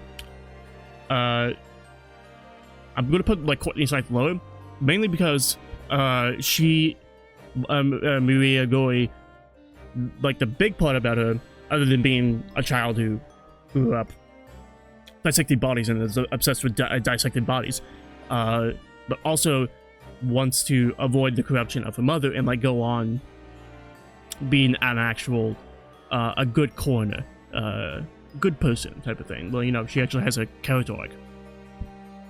Courtney Scythe is like, you know what, I'm just gonna just follow Strongheart because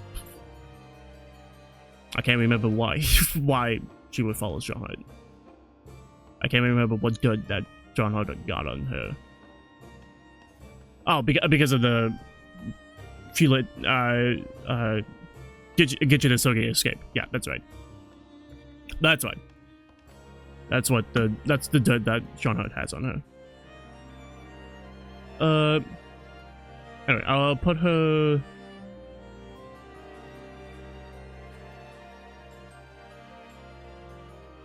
right there. Yeah. I just wish we saw more of her. Pretty entertaining character overall.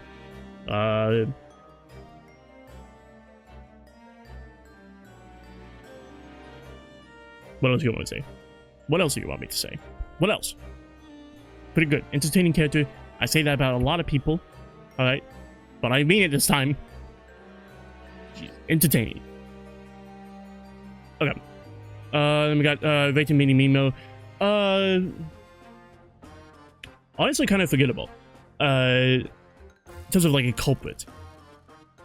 We only like remember him because of what Saseki thinks of him.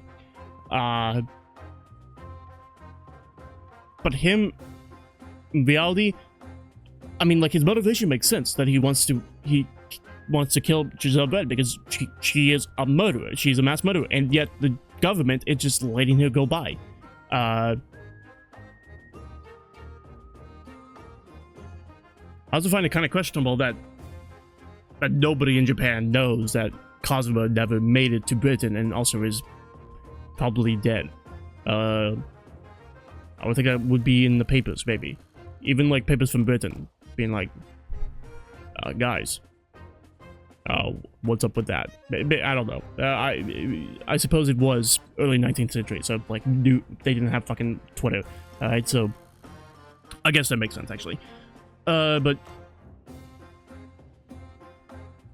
yeah, this guy's probably a B-tier character. Is he? Yeah, he's probably a B-tier character. Yeah, he's probably a B-tier character.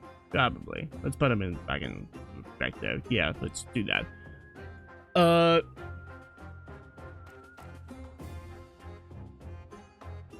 Yeah, I'm putting him there just because of his motivations. I find his actual personality to be kind of bland.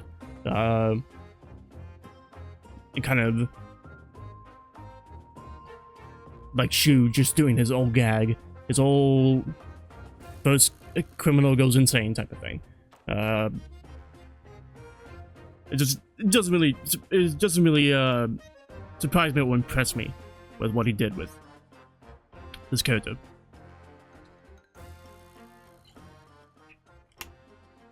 Okay. Balthazar Loon. This guy is just a witness. He's Spanish, and he just sells balloons. He just sells balloons. That's it.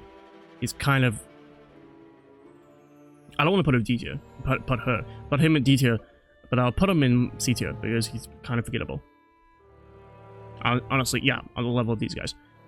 100%. Kind of a cool design, but he doesn't do anything.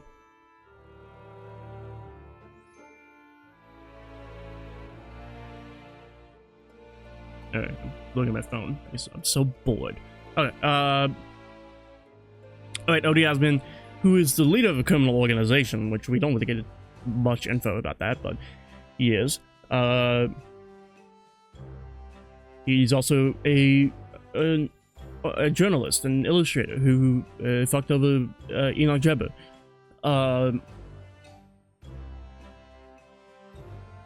He's also the financer for Herbane's scientific thing, and that's it. Alright, bottom C.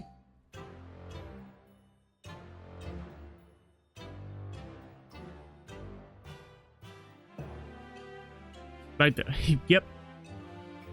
Old man is better. The old man's better. I might as well put the old man in front of Goto, you know? Alright, Evie Vigil. Which Evie Vigil was also a jurist, but she also did nothing as a jurist. She was just there, and she said stuff. Like a lot of these characters. But then she also came to ask us to find Daily Vigil. She's just a concerned wife about the location of her husband. That's it. C tier. C tier. Like, honestly, that's good. I like that. I like it. I like her being there. Actually, yeah. Actually, no. Wait. Yeah. Let's put it there. Yeah.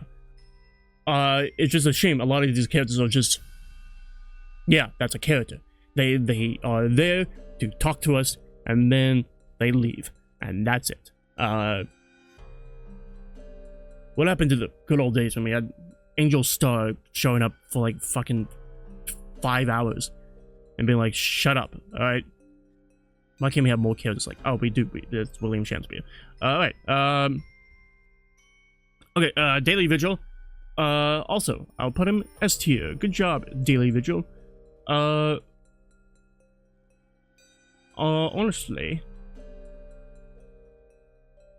Yeah, right there. It's kind of odd. I put all the sympathetic characters next to each other. But that's where he's going. Yeah, absolutely. I feel like Daily Vigil is actually... The only thing that kind of sucks about him is his personality. He's not very boisterous like a lot of characters are.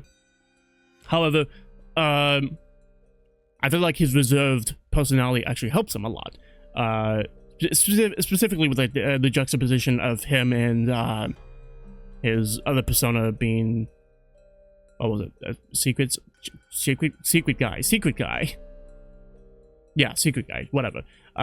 You know, just like that. I didn't think it was very surprising that the secret guy was also Daily Vigil. I didn't find that. I kind of like. I kind of recognized them mainly because the portraits were very similar. So I don't think that twist really got me. But yeah, Daily Vigil being, you know, just like such a tragic character. Of he was also such a nice like guy within the ward, and he talked to his inmates. I'm gonna die. And he got to know them. Oh god, I'm gonna barf. He got to know them. He was just like he even like covered up that Geshe Dasoge was writing a will and whatever. He's like, oh, okay, fine. Like he genuinely seemed like a nice guy, and like it really sucks that he was also that he got all the blame for the escape of Genshin, and then, you know, he thought that his life was over. So he tried to kill himself, and then but survived that. But he doesn't want to tell his wife that he got fired from a job. So 10 years he's been working as this guy who sells secrets. Gossip, that's his name. Yes, I got it. Then he works at Gossip, as Gossip.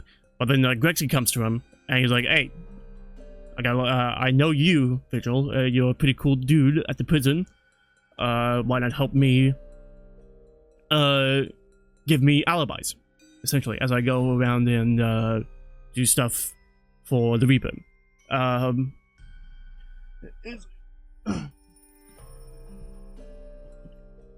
So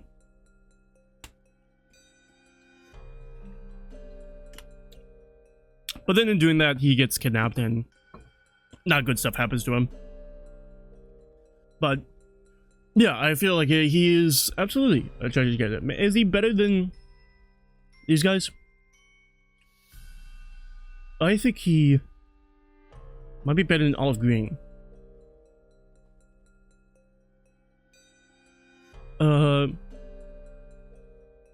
Yeah, I think, but that's it. I think it's better than Olive Green, but that's it. Yeah, I'm not moving on. But up next, very good character, by the way. Up next is Remember Me, which is quite ironic because she is quite forgettable. I do understand that they were trying to do the same thing that, like the same dynamic that Kazuma had with Ryonosuke, but instead with Susato for the first case. But Remember Me is very much forgettable. She's in C tier.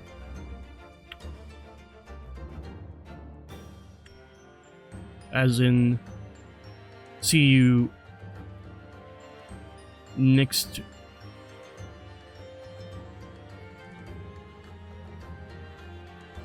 to Peppino. Yeah. honestly, yeah. So let me recount the stuff that I remember about him. She found Chisato hot, as in her male persona. Then she interrupted the trial several times to be like, no, that guy's lying, actually. And then she helped Susato assault Minimito.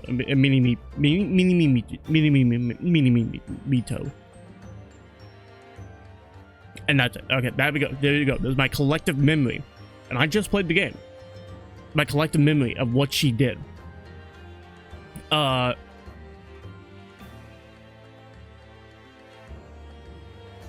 She was also, she was also the assistant to Mikoto in terms of, they were developing like a poison or whatever, and she was like the main person behind that. And she was like trying to find cures or whatever for it. And she noticed it was gone, and she knew that it was Giselle Brett who stole it. And then she went to confront her. That's it.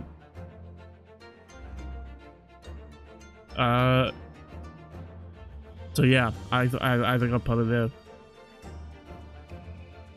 Leave your thoughts in the comments below. I have nothing to say about it. Maybe she knew that, and that's why he named her Remember Me. Because she knew that she was forgettable.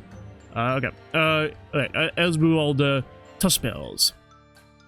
I think I might put her in A tier. She is also, actually, I like that possibility. She also, not only does she has this whole, she's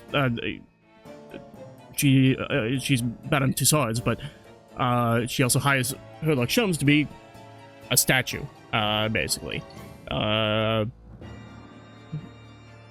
And also, she was also the one. She also, god damn it, dude.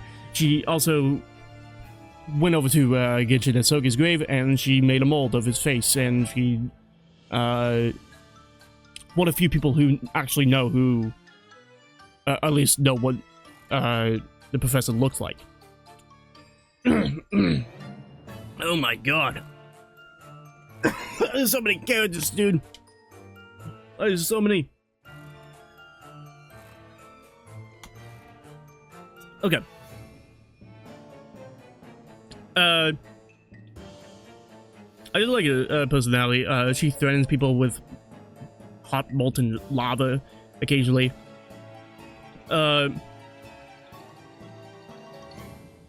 She's French. She says French stuff. She does. Yeah. I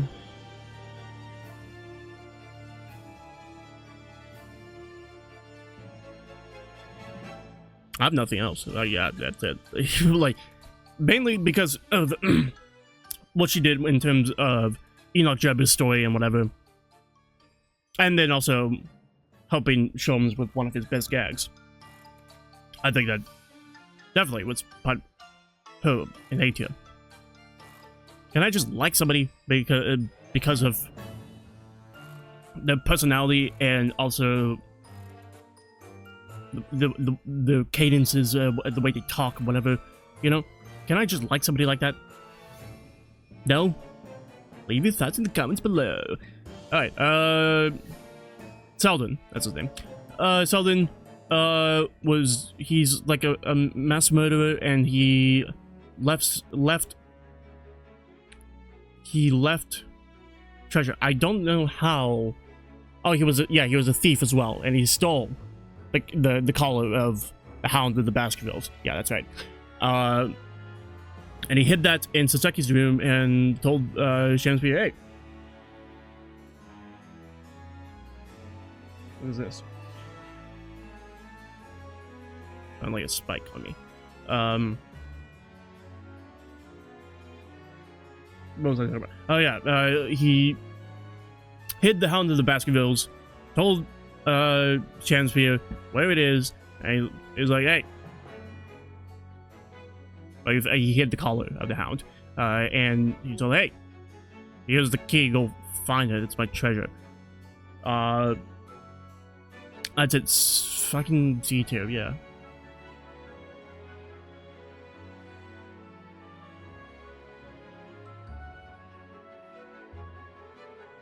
It's not looking good. Oh yeah, right there, that's a good place. Somebody who doesn't really do anything.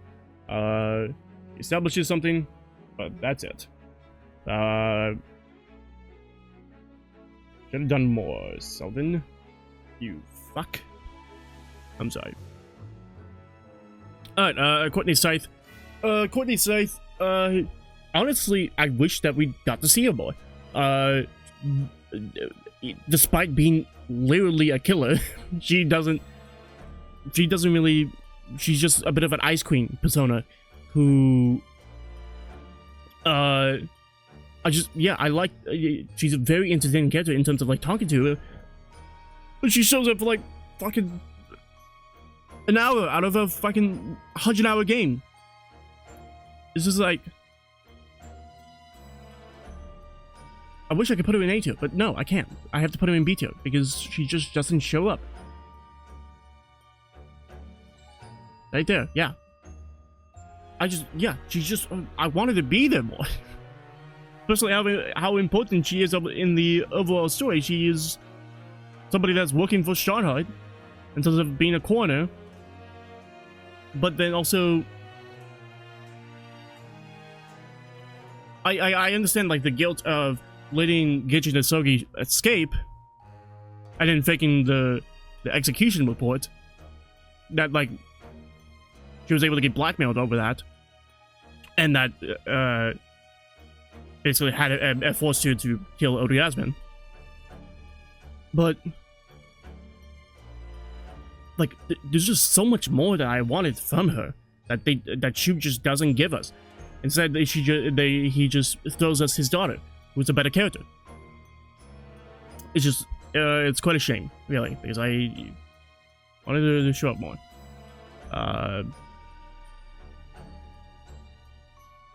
Yeah. That's basically it with her. Okay, okay, we got Toby. Which, Toby, I feel like, in terms of the animals of Ace Attorney, number one, of course. Without a doubt in my mind, Toby is number one. Adorable little puppy, fucking kills Ryonosuke, kills Gina at one point. Just obviously the best animal, the best dog, in the series. So, there's no competition at all. You might think like maybe Shadow, maybe, because of the whole thing where he was like on Edgeworth's cravat. No. Toby's the best one. Okay. Barrick Van Zieks. That's not Barrick. It's Clint Van Zieks. Also known as the Professor. Somebody who, I believe the story is that he saw the corruption in one person, in one of the nobility, and he killed him. And then Strahd found out about that and basically used him to be his new assassin to kill a few more people of nobility. Yeah, nobility. Yeah. People of the constabulary.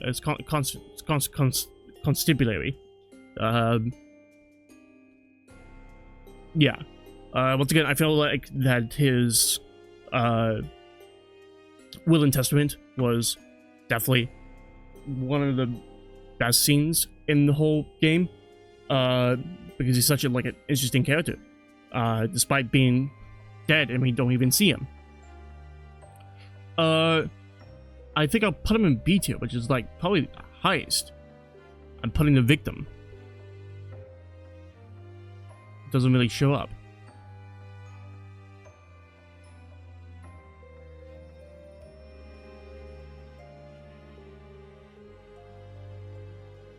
Okay, yeah, I'll put him actually graded, yeah. I think I'll put him there. Because he was actually, and also I was his father the entire time. How did you guys not know this? Yeah, Clinton is just I think, honestly, best serial killer out there, other than this guy and this guy. Ooh. And this guy.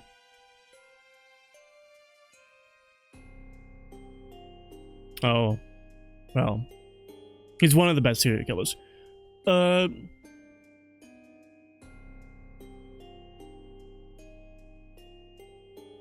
this girl. Yeah, he's still, I feel like, you know, given that he doesn't have any screen time in terms of a character, we don't talk to him, just like hearing about him, I feel like he's one of the best in terms of that. Okay. Up next is Venus, who she just sells firecrackers. That's all she does. She sells firecrackers. I believe she also, yeah, she moved the board at the scene, quote unquote, of the crime, and that's it. That's all she does. If I can see bottom, see, yeah, next to you. I should just stop giving me characters that do nothing other than do one particular thing that's important to the case, which is she sold Goku firecrackers. That's it.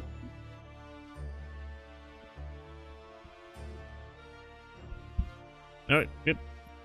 That's it. That's all the things about her. Okay. Albert Harebrain. Some might find him annoying. I do kind of find him annoying. But, I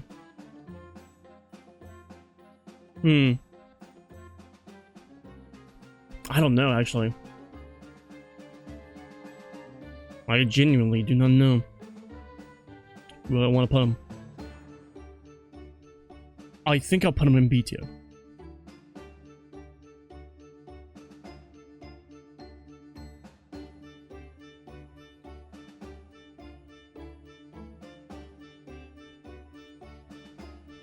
Like right there. I feel like, yeah, it makes sense that he has his obsession with his theory, his hypothesis, whatever. However, I feel like he goes a little bit too hard on it. There are moments where he does feel guilty for causing this whole incident, and like he feels like he is kind of responsible for the victim's death. Which, I mean, kind of, like, if he was considered an accomplice, he would be like 16th in line, you know? But still,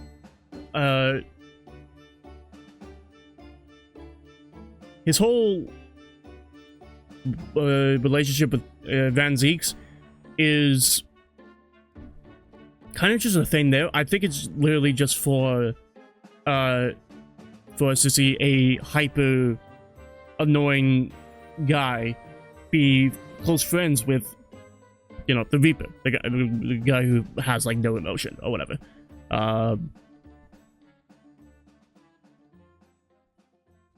Yes, I'm like trying to think of things that I like about him that will make me put him higher on the list, but I can't think of any.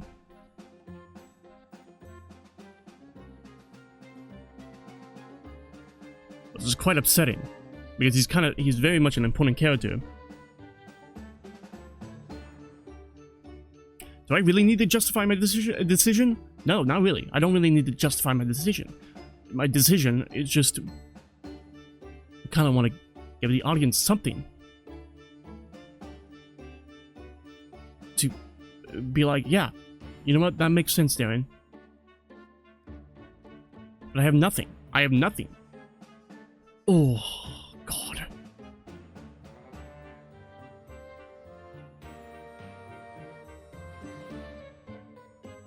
Yeah, I'll keep him there. I find him annoying in terms of my dude. Stop interrupting the trial, but him interrupting the trial, allowed us to get closer to the truth, which that's good. But I don't know. My voice is killing me, dude.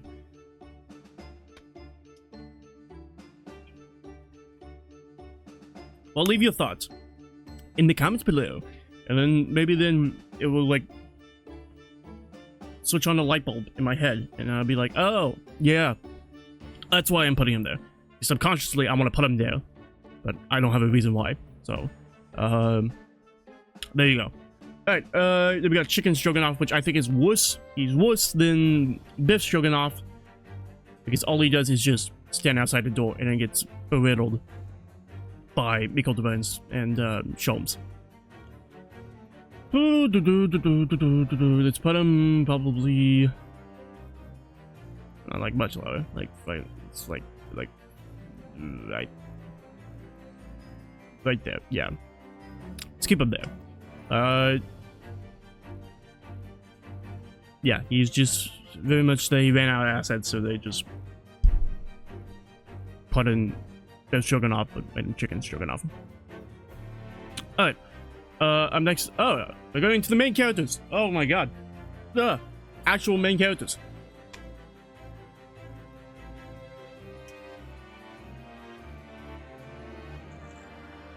Okay. So.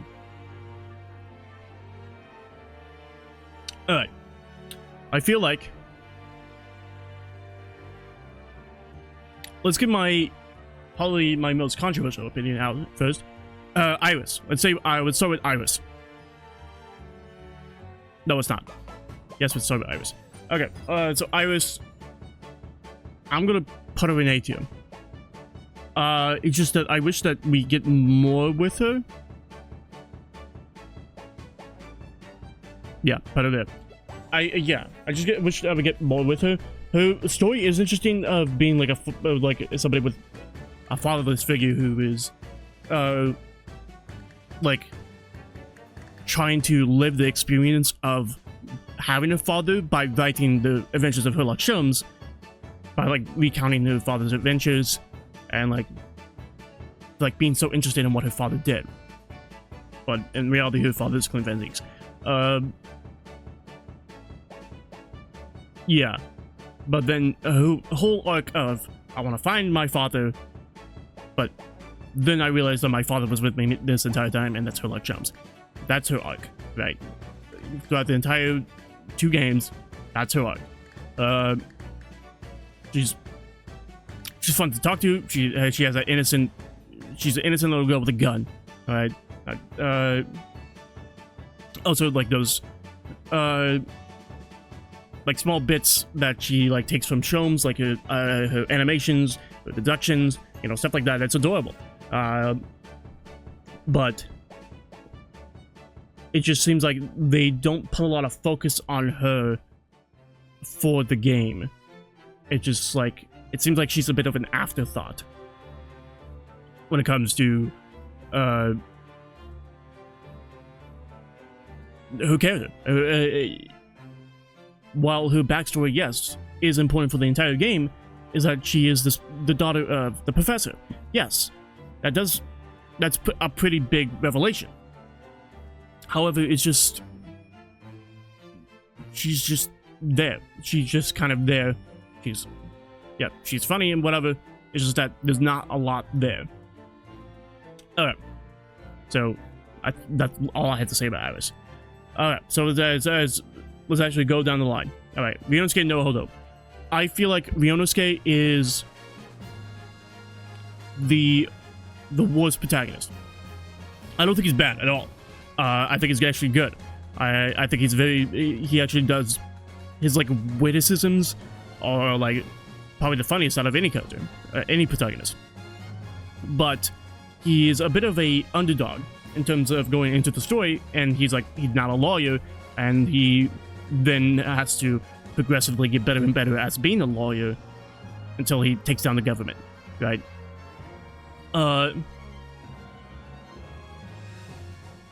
It's just that, yeah, he's kind of a bit one-dimensional. I'm still putting him in S tier because he's still a funny guy, but I'm literally putting him at the bottom of S tier because I genuinely think that all these characters are better than Ryunosuke no Hodo.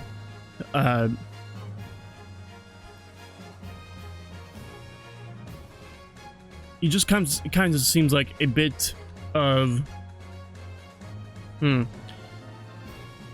So yeah, sure, he's funny, but there's not really that like one personality quirk that like makes him him. He just feels like very much like anime protagonist, not like Makoto Nijima, right? Not Nijima. Makoto Naegi type of protagonist, main character. It's more like it feels like you are filling in for him, like you are imagining yourself as him, because that's what you are. You are starting the game as a novice lawyer. You don't know what you don't know what you're doing, and then you are progressively getting better and better at being a lawyer, doing the cross examinations and stuff like that. So like you are imagining yourself as Ryunosuke no Hodo. And I feel like it's what she was going for. It's just that they don't really give him a lot of backstory. There we go. Backstory is what I want. I feel like what Ryunosuke no Hodo is missing is a backstory. He doesn't have a backstory. We don't talk about his past at all. This guy is like a clean slate from the beginning of the game, and we don't go anywhere behind that, right? We get backstory with Phoenix, we get backstory with Apollo, we get backstory with Athena, we get backstory with even Edgeworth, right? We get nothing with Ryunosuke. I'm still putting him in S tier because he's still a funny character. Also, in my opinion, I feel like his objection is kind of bad. It's very much, I understand that he's like a reserved, shy person who's not confident in himself. I understand that, but his hold it and his, all his other lines are better. It's just that his objection is kind of underwhelming, especially when the first time he does say objection is like it's like the opposite of that. He brings up the confidence to finally say, go against everybody. Like he finally finds a flaw and is confident enough that he can prove his innocence, and that's why he says objection. But his objection it's not good. Like tangent over. That's all I have to say about Ryunosuke. Alright. Susato Mikotaba, who has the same exact problem as Ryunosuke, is that she's not confident in herself. She doesn't think that she could be a good judicial assistant, which, I mean, like, yeah, that can be good and whatever. But I kind of like that she's also very much different than your assistants in the other games. All the other assistants are very hyperactive and like tease you a lot, which Susato does do that a bit, but she's much more of a gentle lady, but she's still like low S tier, like right there.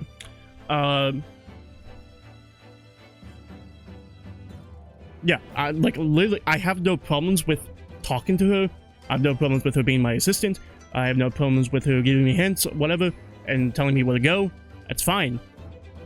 It's just that there are people on this list that the other assistants are much more interesting, or even like funnier, or whatever. It feels like Susato is just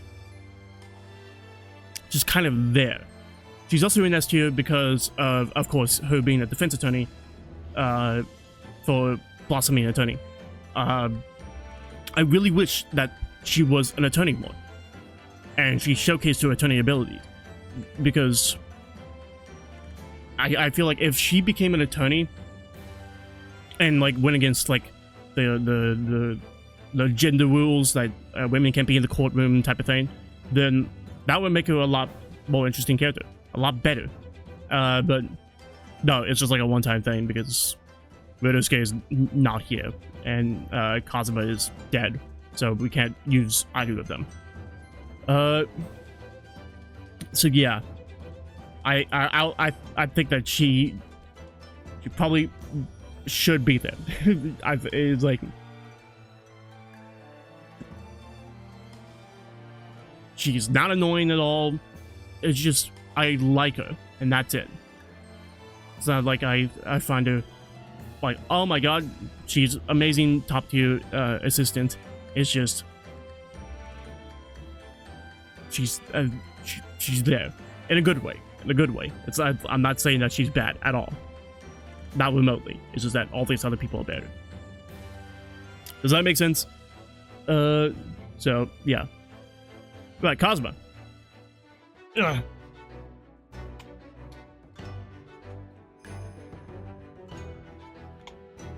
Of course, with Kazuma, I felt like I was going to be very disappointed because he's the Mia Fey, you know? She just wanted to do Mia Fey again. And then Kazuma's dead for the entirety of the game.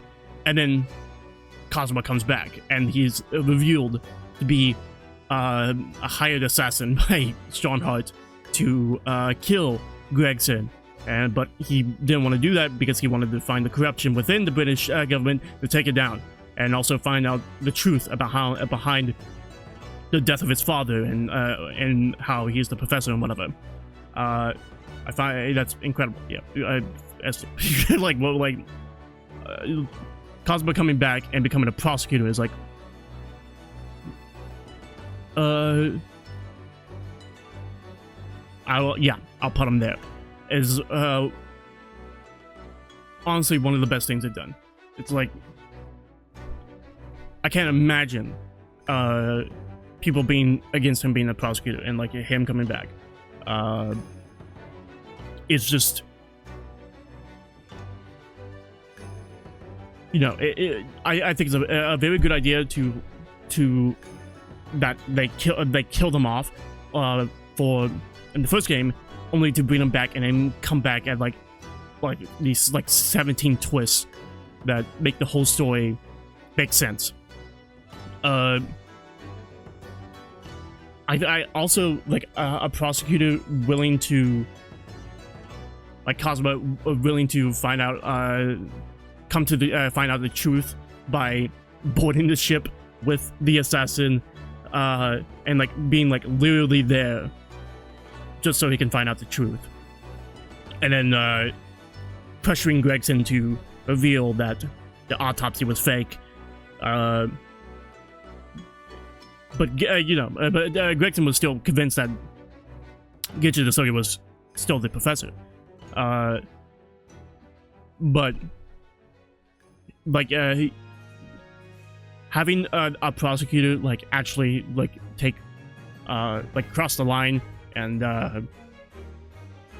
very much like be so dedicated to finding the truth that willing to like sacrifice his life for it or whatever.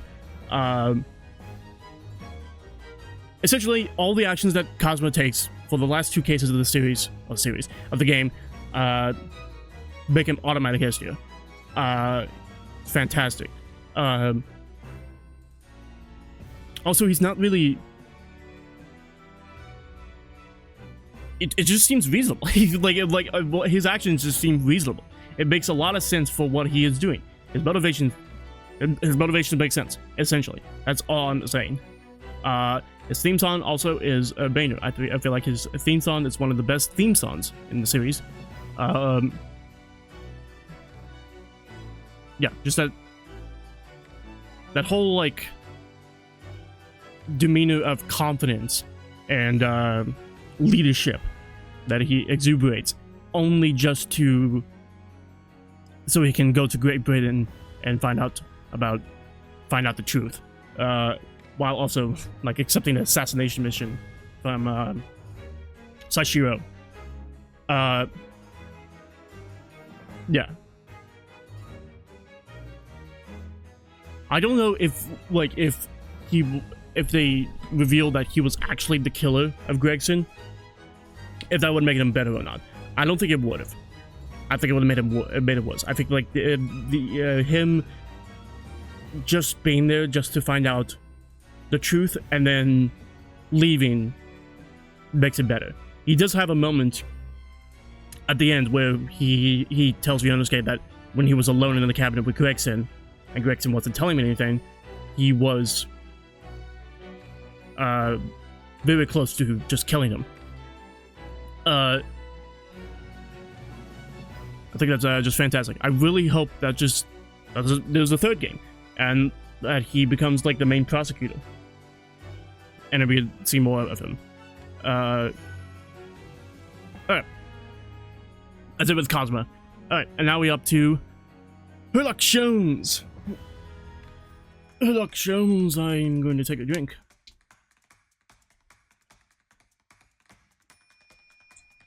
Okay. So Herlock Sholmes is, without a doubt, right there. 100%. I think he is absolutely the funniest character in the series.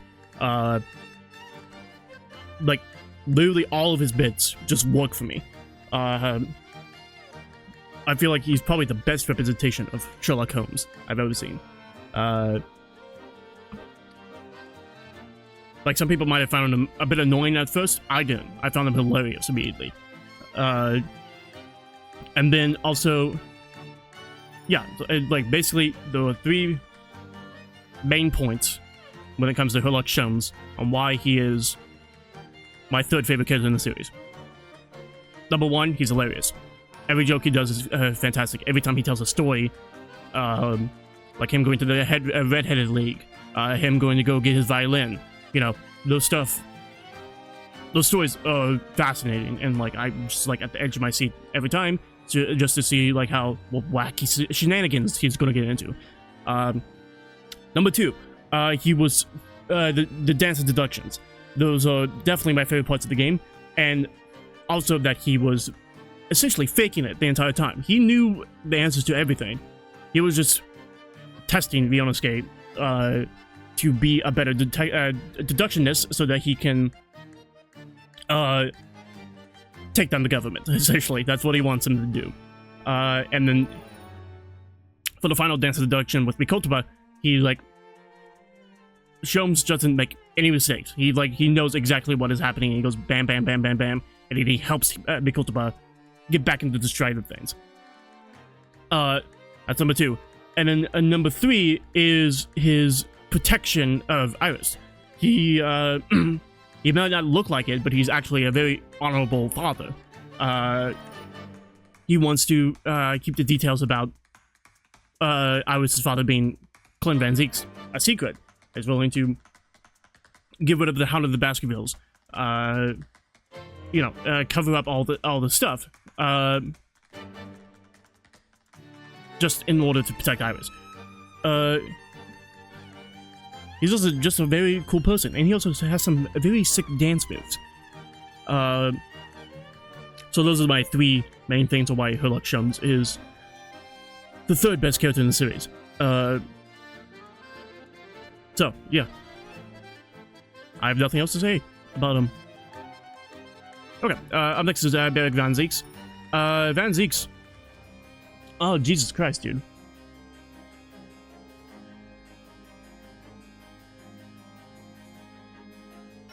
Where did I put him? Okay, I know. Van Zieks, I think, will definitely be right there. Yes. I'll definitely put Van Zieks there. Because of his willingness to accept the role of the Reaper, because he knew that because people are afraid of him, they are less likely to commit crimes, and he's willing to take that pseudonym for as long as it matters. Essentially, I feel like Van Zieks is just he does do what Naruto does and says the same thing, does the same bits over and over again.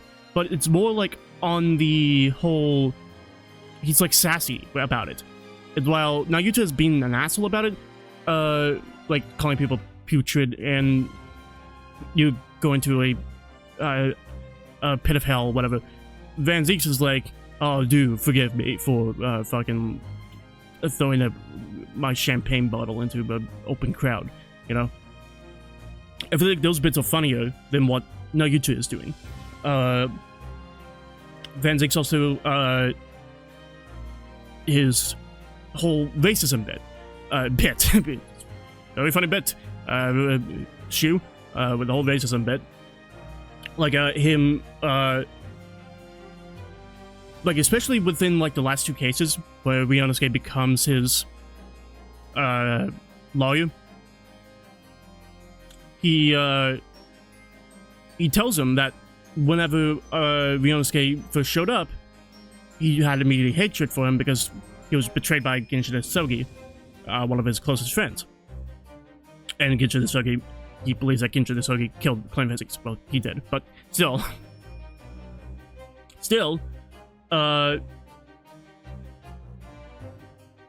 like, his whole arc with that racism is that it's just intuitive, you know? He feels like he cannot forgive the Japanese, even though he's internally really trying to. He was like giving Ryunosuke a chance to do stuff, to show him up, to prove him wrong.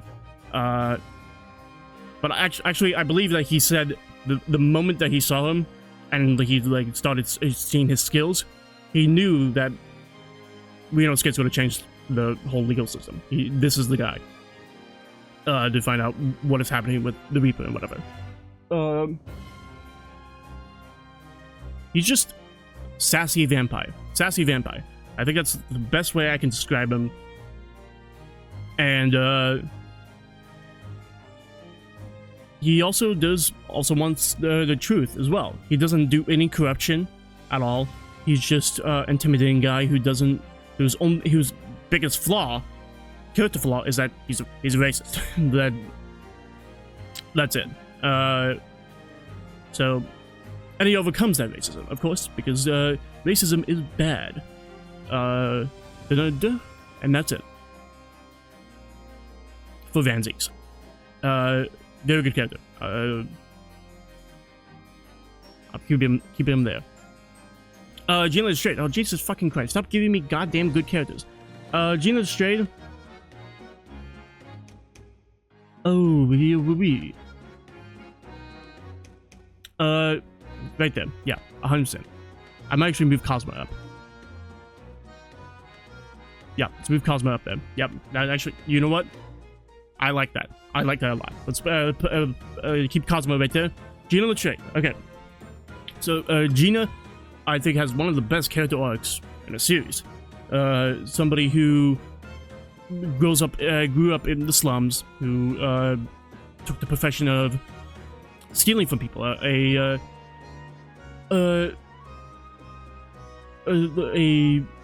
diver, as she calls herself. Who gets involved in some pretty bad stuff because of her diving, and becomes essentially now a victim of the Reaper of the Daily. And so Sholmes is like, okay, Gregson, hey, Gregson, we got ourselves Gino Straight, take her in as an apprentice. And what happens afterwards, but still, give me a second. I feel like Gina as a detective is like fantastic. Like I would rather take her over Emma any day. Not that Emma is bad, it's just that Gina is like 50 times better than every detective. In fact, I have her as the best detective, other than Hemlock Chums. It's just that the difference between Gina in the third case of the first game and Gina in the fourth case of the second game, not the fourth case, the third case in the second game, is night and day. It's like seeing somebody go into the right direction, and become like have like a mentor with Gregson, and also her scenes with Toby are adorable, and her whole the amount of despair that she gets whenever she finds out that Gregson is dead, and she fully commits herself to finding out the truth behind Gregson's death, and like takes charge of over everything. It's just like, oh my god, my heart is gonna die for this girl. And then, so let's back up to case 5 of the first game, where she is now the defendant of killing Pop Windebake, and she doesn't trust anybody. She feel like she just doesn't want to get anybody involved with her troubles, because she thinks she's a bad person. But then we tell her that no, people can change, follow Jesus or whatever, and then she goes from she feels like she's in a secluded cell of not letting anybody come near her because she has no self-confidence at all. She doesn't want anybody's help. But then she gets the help, and then she's like very grateful, and she smiles. She kills us with a grenade launcher. Yeah, whatever. Yeah, so essentially what I'm saying is that she has one of the best character arcs in the series. So that's why she's up there. Whenever they make a Greatest 23, have her be the detective, have her have the pocket watch that Gregson had, and have her wind up and do that animation, because that would be pretty cool. So that's it. Speaking of Gregson, our final character of the canon Ace Attorney series is Gregson. Who's S tier? I mean, you fucking kidding me? Let me figure out where to put him first. Let's see.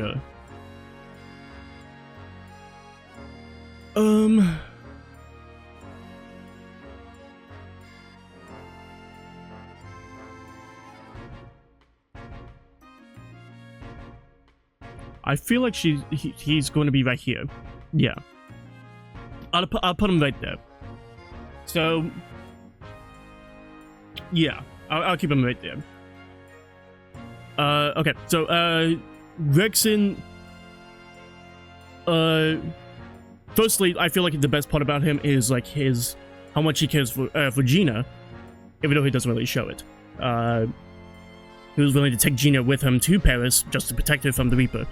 And Gregson was so close to getting out of Britain and away from the Reaper and away from Strongheart and working in Paris.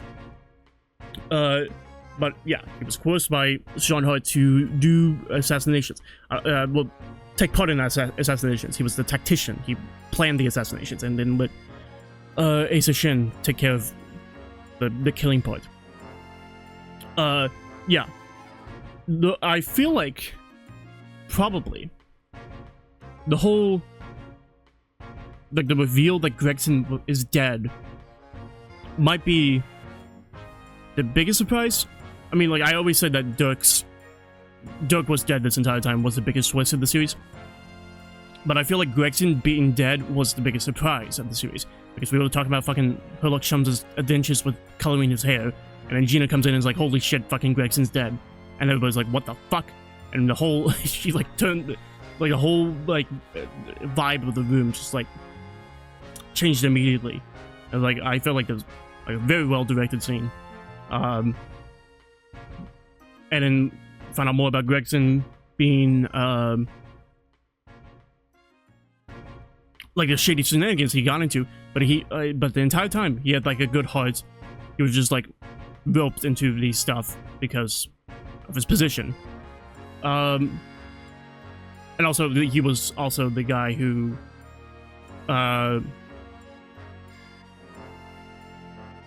he like inadvertently worked with everybody to convict Genshin as Sogi and fake the autopsy report. And then he got all this fame from Herlock Jones, and he's like, oh shit, I gotta be nice to Iris.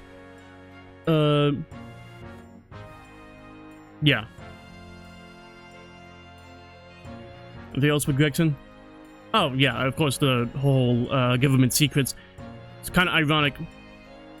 No. Yeah. Even though Gregson didn't know what was on those music discs, it was exactly the thing that would convict him, that would tell the world that he is part of an assassination, part of the Reaper assassination group committee. What else with Gregson? Yeah, taking care of Gina. Also, yeah, he was actually... You could tell who he actually is when Jigoku was talking about finding Gregson in his room. He was holding a gun and he was like shaking like insanely badly. He was like it was like fucking like Jesse Pinkman, you know, killing Gale, you know, like essentially somebody who was not qualified to kill anybody, just completely like shaken up and like terrified of doing that. But yeah, he was for duty over his own life. You know, that's what Gregson was. So that's why I'm putting him in S tier. Okay. And that's it. That is everybody. That is all characters from the mainline Ace Attorney series. I will be doing a Layton crossover. And then after the Layton crossover, I'm going to combine all of the videos into one big tier list video, and then I'll upload that. So look forward to that. But if you have any problems or any thoughts or whatever, leave it in the comments. I would love to discuss these characters. I mean, I've talked about these characters for fucking 10 hours, so I think I am willing to talk for a few more minutes with people in the comments. Okay. So, here's all the characters. I might change some in the order. Some might think that I put too many characters in the S tier, which probably, but all these characters I find basically zero flaws with, and I enjoy all of these characters. All right, these characters I see like some flaws, like very minimal flaws. These characters I like, but there's a lot of flaws. And these characters are like whatever, normal, like whatever. I don't care about them, or there's good things about them, and then there's bad things about them, and that equals out. D tier, or there's a lot of things there's things that I don't like about them, or they're like victims and they don't matter at all. And then F tier, these are the characters that I reserved for. These are the characters that I absolutely detest. I don't like any of them. I hate them all. So there's a little bit of context of what the list is. All right. So tune in next time for the final episode.